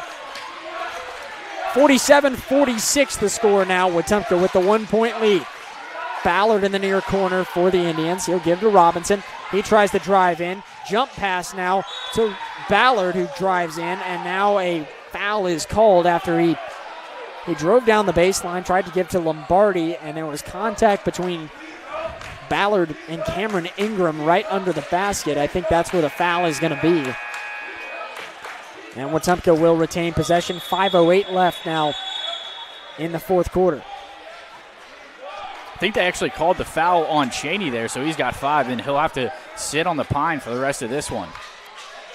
Interesting. I thought Cameron Ingram was involved in that, but yeah, you're right. They'll give it to Cheney, and he has to exit. And you can see our viewers can see the frustration from him. Sudeth has it just past the sideline there. He almost stepped out of bounds. Now scrambling for it as the Indians lost control of it. And a whistle blown on the scramble for possession here. Foul is called against Tom Sudeth. Percy Julian will have possession again. Down by 1 with a chance to take the lead. Miller Lombardi coming out of the game for Wetumpka. LT Davis on the floor in his place. Ingram bringing it up. Less than 5 minutes to go. It's a 1-point game with Percy Julian trailing with possession. Shuford will give to Ingram up top again. Now back to Shuford. They'll continue to work together until they can find something. Shuford still standing at the logo with Ingram now as he takes it. Now Shuford again. Travel called against Ernest Shuford. He took one step there and then took another without the dribble, and that's what will get him called for it. 4:31 left after a frustrating turnover called on Percy Julian. They've got to clean up another wet spot here after the scramble for possession we saw leading up to that Sudeth foul moments ago. And so we have to stop play just for a moment. Make sure to stick around afterwards. We'll have a talk with head coach Stephen Thomas at the conclusion of this one, and then we'll preview what's to come for the Stanhope-Elmore matchup on Friday night. Voiles will give to Robinson. Now Robinson having to work really hard to get it up the floor. Crossover move, he'll drive in himself. Off the glass, got it. What an effort from Chris Robinson. Clutch plays coming down the stretch here from Robinson, nailing both of those free throws a few minutes ago and doing it all himself there. Three-pointer from Anderson now. It looked good, but it was overshot there and air balls. 49-46, Wetumpka with possession, leading by 3. Bounce pass to Robinson there, goes out of play as Anderson stumbles into the Wetumpka bench, and down goes a man there for the Indians. It was Watson Purdue sitting on the bench who got knocked over, and fortunately he's okay. All smiles there as he walks back over to the bench. He'll wait on the floor there for a second, maybe trying to entice the officials into a call. Not going to work that time. Less than 4 minutes to play now. Robinson will step back and pass to Voiles in the near corner. Voiles gives to Ballard, but Ballard can't catch the pass. It goes out of bounds, and another turnover.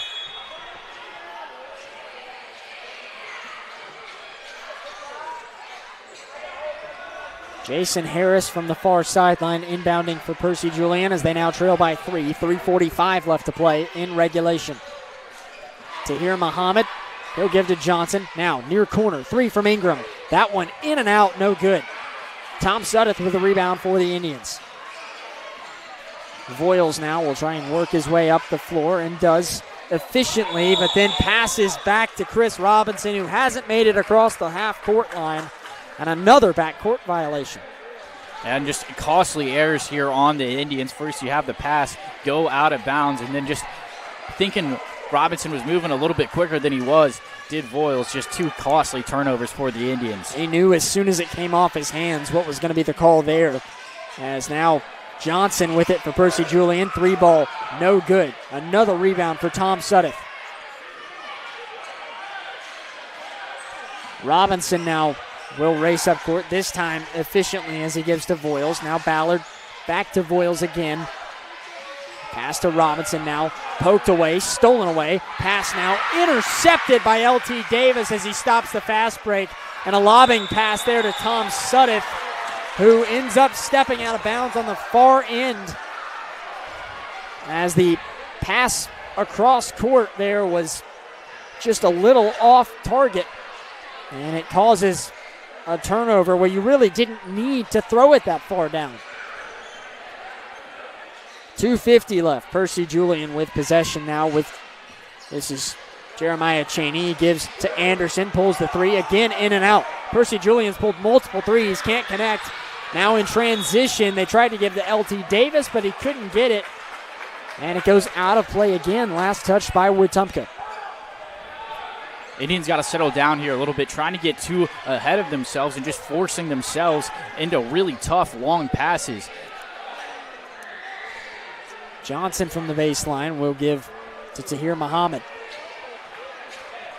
Percy Julian's been a little ahead of themselves as well. They've shot 3-point attempts on each of their last 4 possessions and have not been able to connect.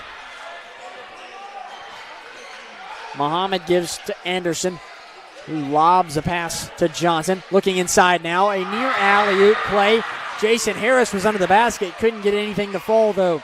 Sudduth with the rebound. Robinson now has it as he floats a pass that was almost stolen. L.T. Davis now. Indians have numbers. Sudduth goes up and just casually drops that one in. 2 minutes left. Indians lead by 5. Percy Julian needs a bucket soon. 3-pointer there. A lot of contact. Got the 3 and he draws the foul. Tahir Muhammad from the top of the key made it. L.T. Davis jumped up to block and fell on him.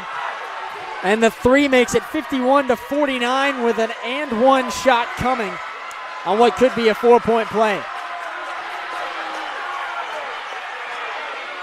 Tough break there for the Indians and just not what you want to see. Momentum erupted, and so did the Percy Julian fans, into the hands of the Phoenix.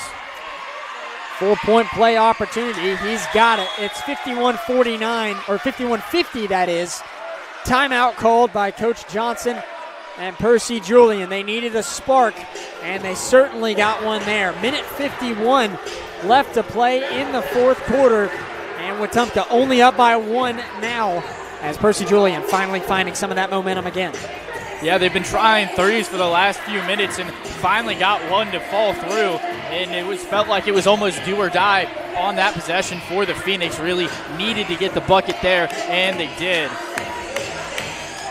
Wetumpka with the 1-point advantage. They'll have possession here as they come out of the timeout. Percy Julian feeling the momentum right now, both in the student section and then also in the huddle. A couple of them looking and smiling at the fans and some of their friends that they're seeing enjoying it. They're hoping they can pull this one out as the Indians lead it by 1 at the moment.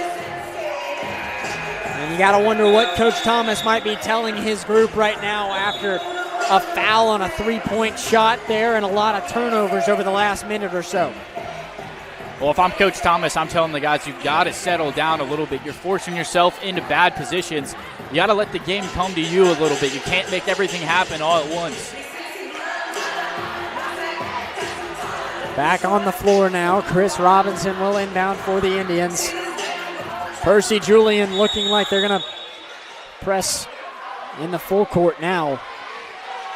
They'll get it to Voiles. Percy Julian backing off just a little bit here, but they'll keep him honest with one man back there.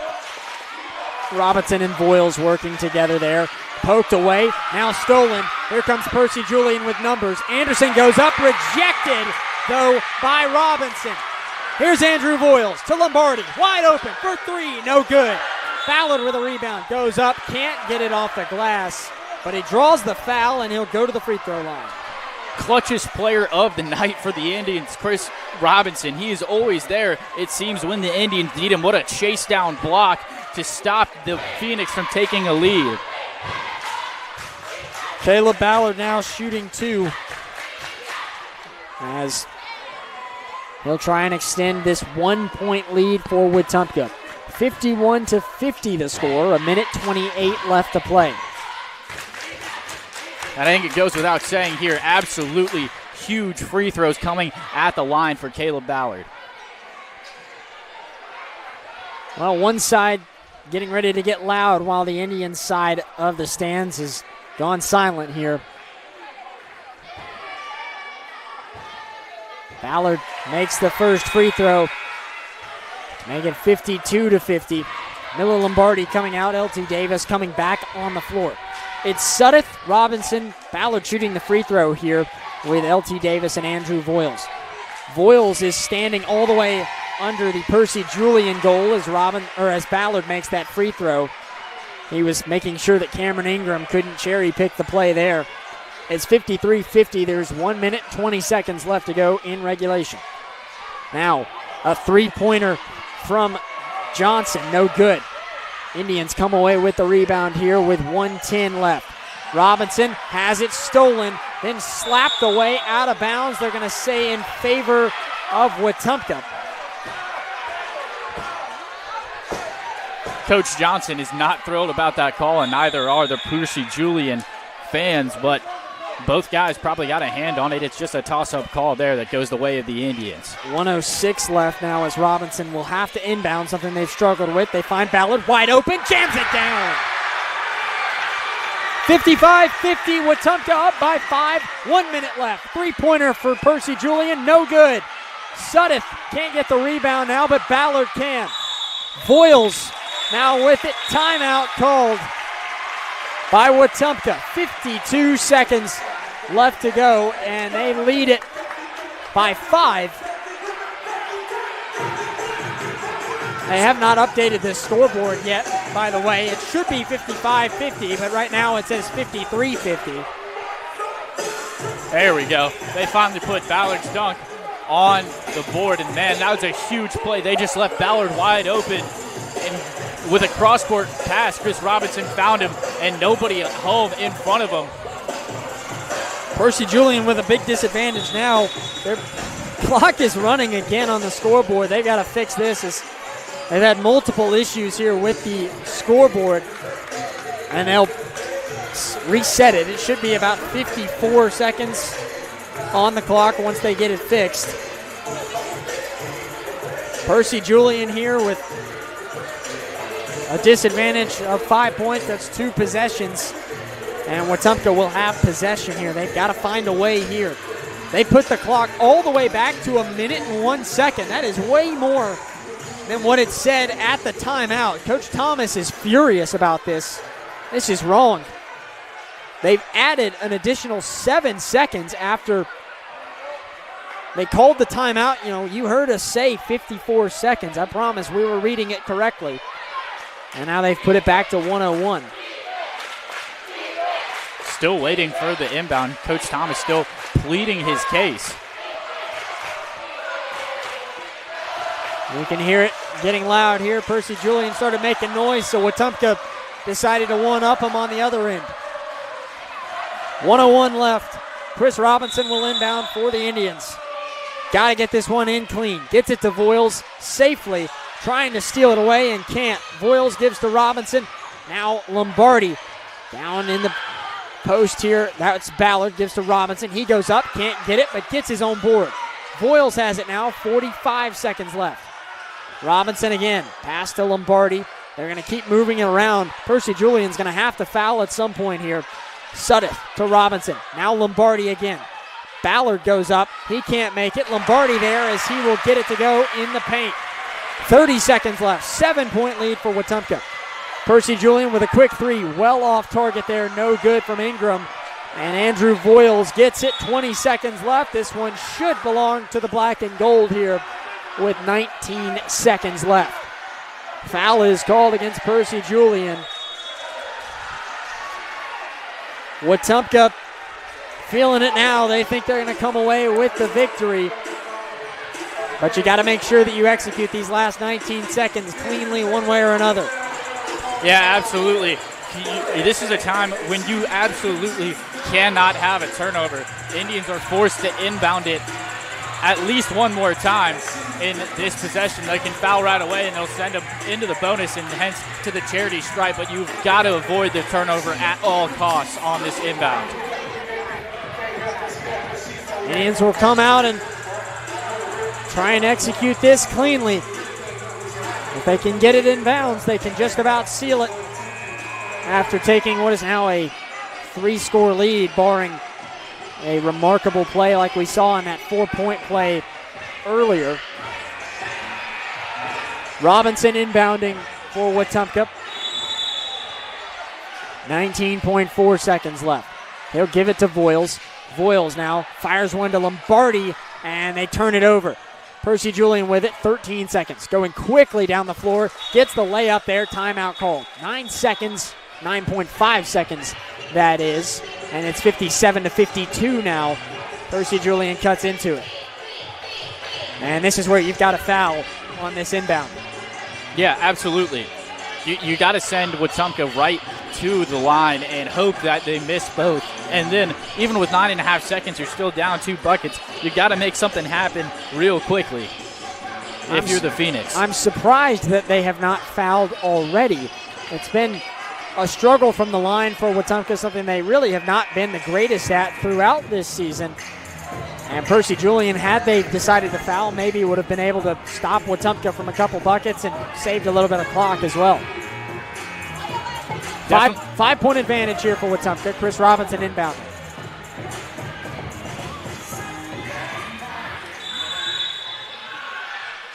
Robinson gets it to Lombardi, and they will foul. They run off 1.2 seconds there. There's 8.3 left on the clock.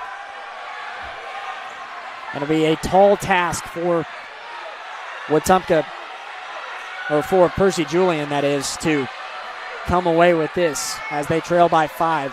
Lombardi could seal it for good here if he makes both of them. If he misses one, it's still a 2-score game.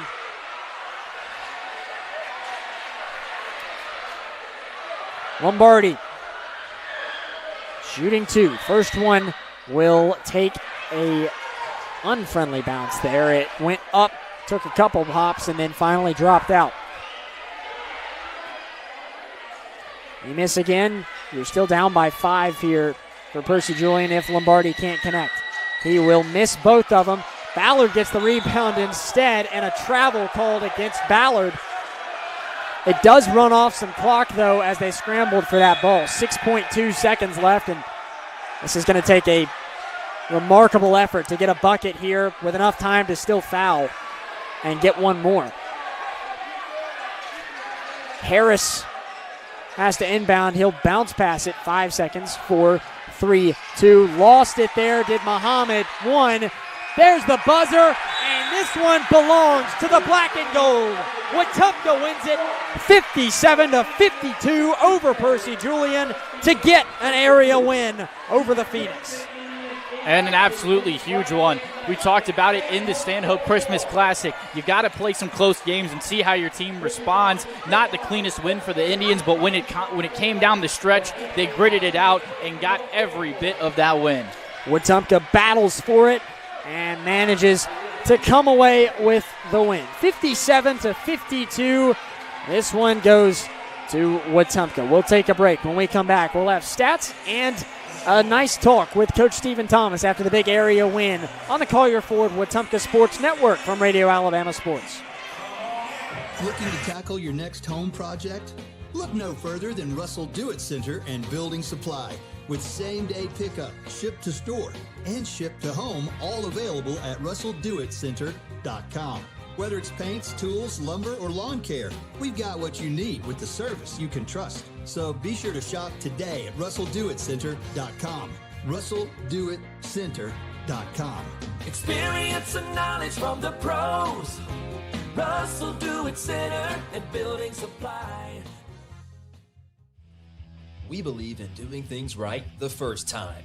That's the promise behind Finish Line Garage Floor Systems. Powered by Precision Floor Care, our custom garage floor systems are designed to be tough, stylish, and built for the long haul. With a team rooted right here in the community, we deliver quality you can count on. Finish Line Garage Floor Systems. Let them rest on the best. Visit FinishLineGarageFloors.com today. Are you tired of slow internet? With Central Access, you get the speeds you pay for, delivered directly to your door, so you won't get bogged down when your neighbors are online too. Stream, game, work, and video chat. No contracts, no data caps, no price hikes, nothing but an exceptional all-night experience. Check availability today at caecaccess.com. Central Access, your local link to broadband.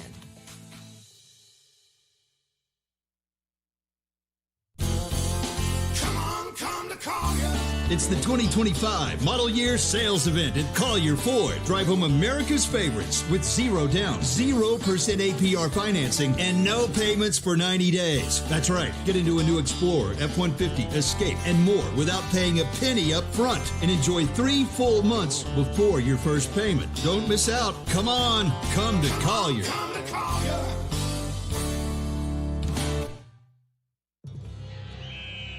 When a sports injury has you sidelined, Baptist Ortho Now offers comprehensive orthopedic care with no appointment from 8 a.m. to 8 p.m. Monday through Saturday, with board-certified specialists treating injuries and expert physical therapists administering everything from sports medicine to everyday recovery treatment. Baptist Ortho Now, getting you off the bench and back in the action. East Chase across from Target. Are you tired of slow internet? With Central Access, you get the speeds you pay for delivered directly to your door, so you won't get bogged down when your neighbors are online too. Stream, game, work, and video chat. No contracts, no data caps, no price hikes, nothing but an exceptional all-night experience. Check availability today at caecaccess.com. Central Access, your local link to broadband.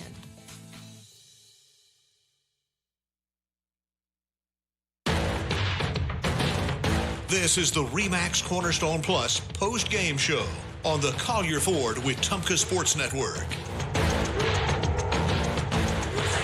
And welcome to the RE/MAX Cornerstone Plus post-game show. I'm Mitch Petrie, and alongside me is Gavin Baxley. Indians get a win in nail-biting fashion, 57-52 in the first area game of the season. Andrew Voiles led the charge for the Indians with 13 points and added another 7 assists and 7 boards to go with it, and a steal for good measure. Caleb Ballard made an exciting entrance into the game and continued to play well throughout. Finished the night with 12 points and a whopping 12 rebounds to go along with it as well, and picking up an assist.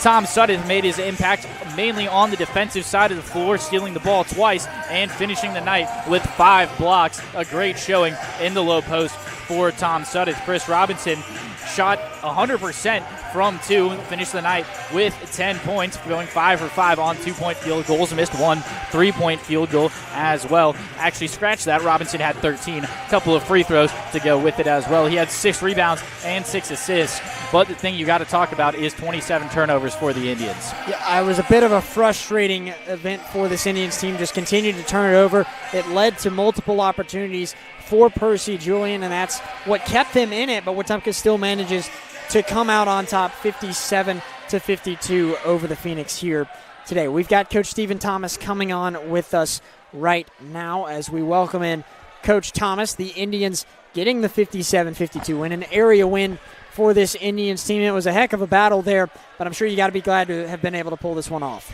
Yeah, I mean, we had opportunities there to break it open. We got up double digits right there in the first half, and then first quarter going in the second quarter, and then we just careless, loose with the ball, having 27 turnovers in the game. That's going to make it tough to beat really anybody. And credit to Percy Julian fighting and making us turn it over at that point. We just careless with the ball.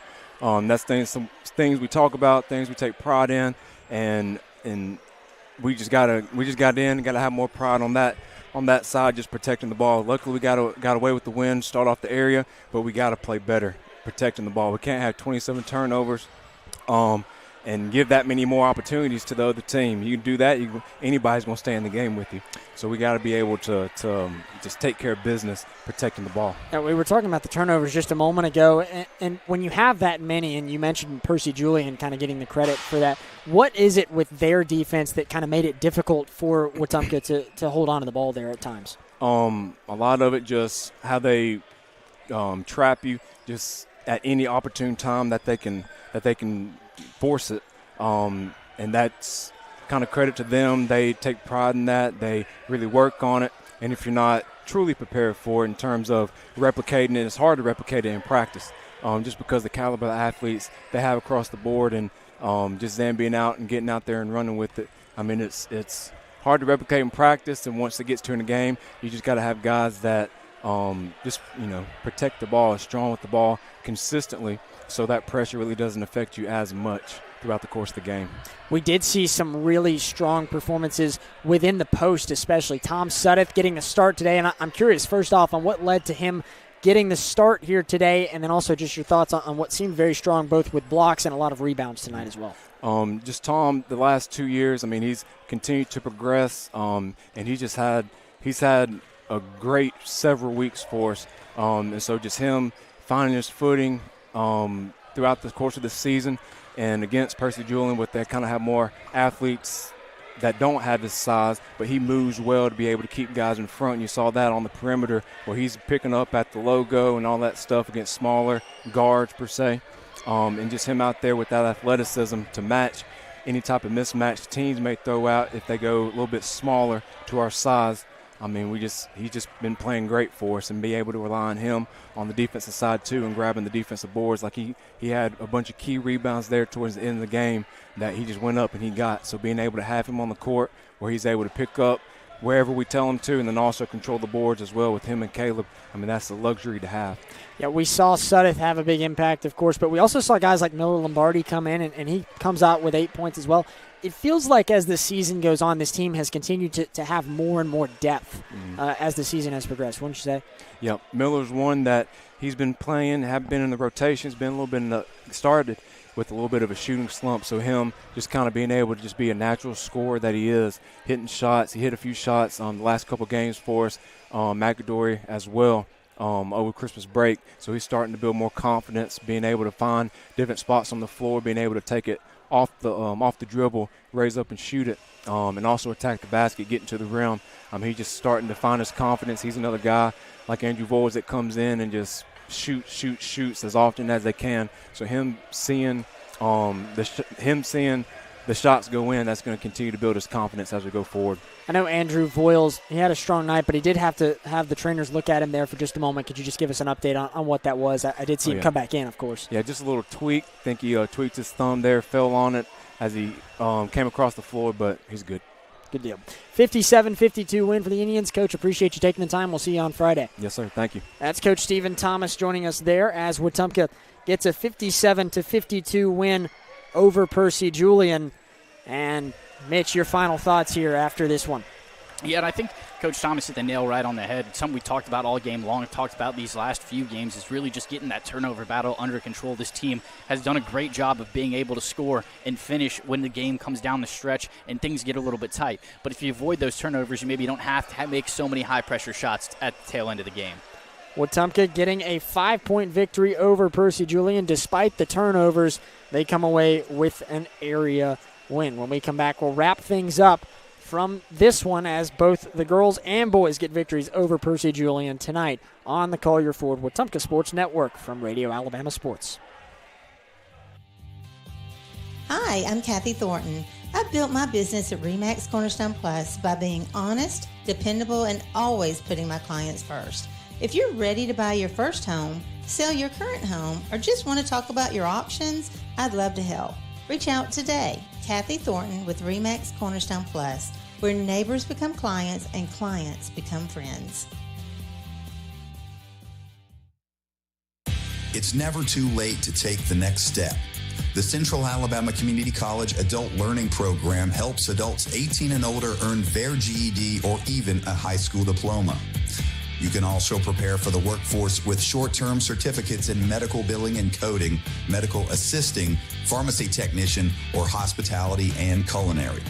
Flexible classes fit your schedule and your future starts today. Visit cacc.edu/adult education or call 256-378-2017. CACC Adult Learning Program. Discover you.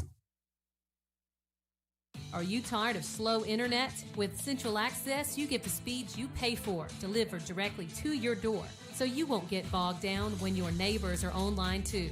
Stream, game, work, and video chat. No contracts, no data caps, no price hikes, nothing but an exceptional online experience. Check availability today at caecaccess.com. Central Access, your local link to broadband. We believe in doing things right the first time. That's the promise behind Finish Line Garage Floor Systems. Powered by Precision Floor Care, our custom garage floor systems are designed to be tough, stylish, and built for the long haul. With a team rooted right here in the community, we deliver quality you can count on. Finish Line Garage Floor Systems. Let them rest on the best. Visit FinishLineGarageFloors.com today.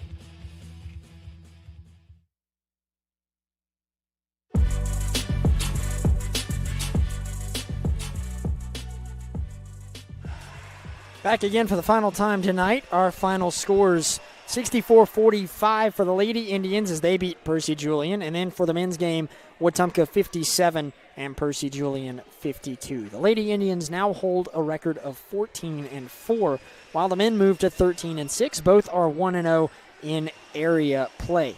Along with Mitch Petrie, I'm Gavin Baxley. Our next broadcast originates from Millbrook as the Indians take on Stanhope this Friday.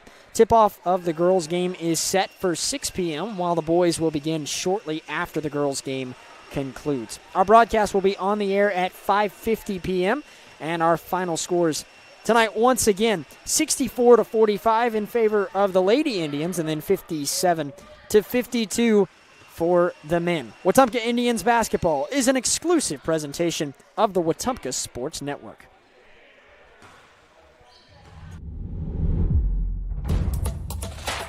This has been a presentation of Radio Alabama Sports. This broadcast is copyrighted by Radio Alabama for the private use of our audience. Any other use of this broadcast, descriptions, or accounts of the game without Radio Alabama's consent is strictly prohibited. Thanks for listening.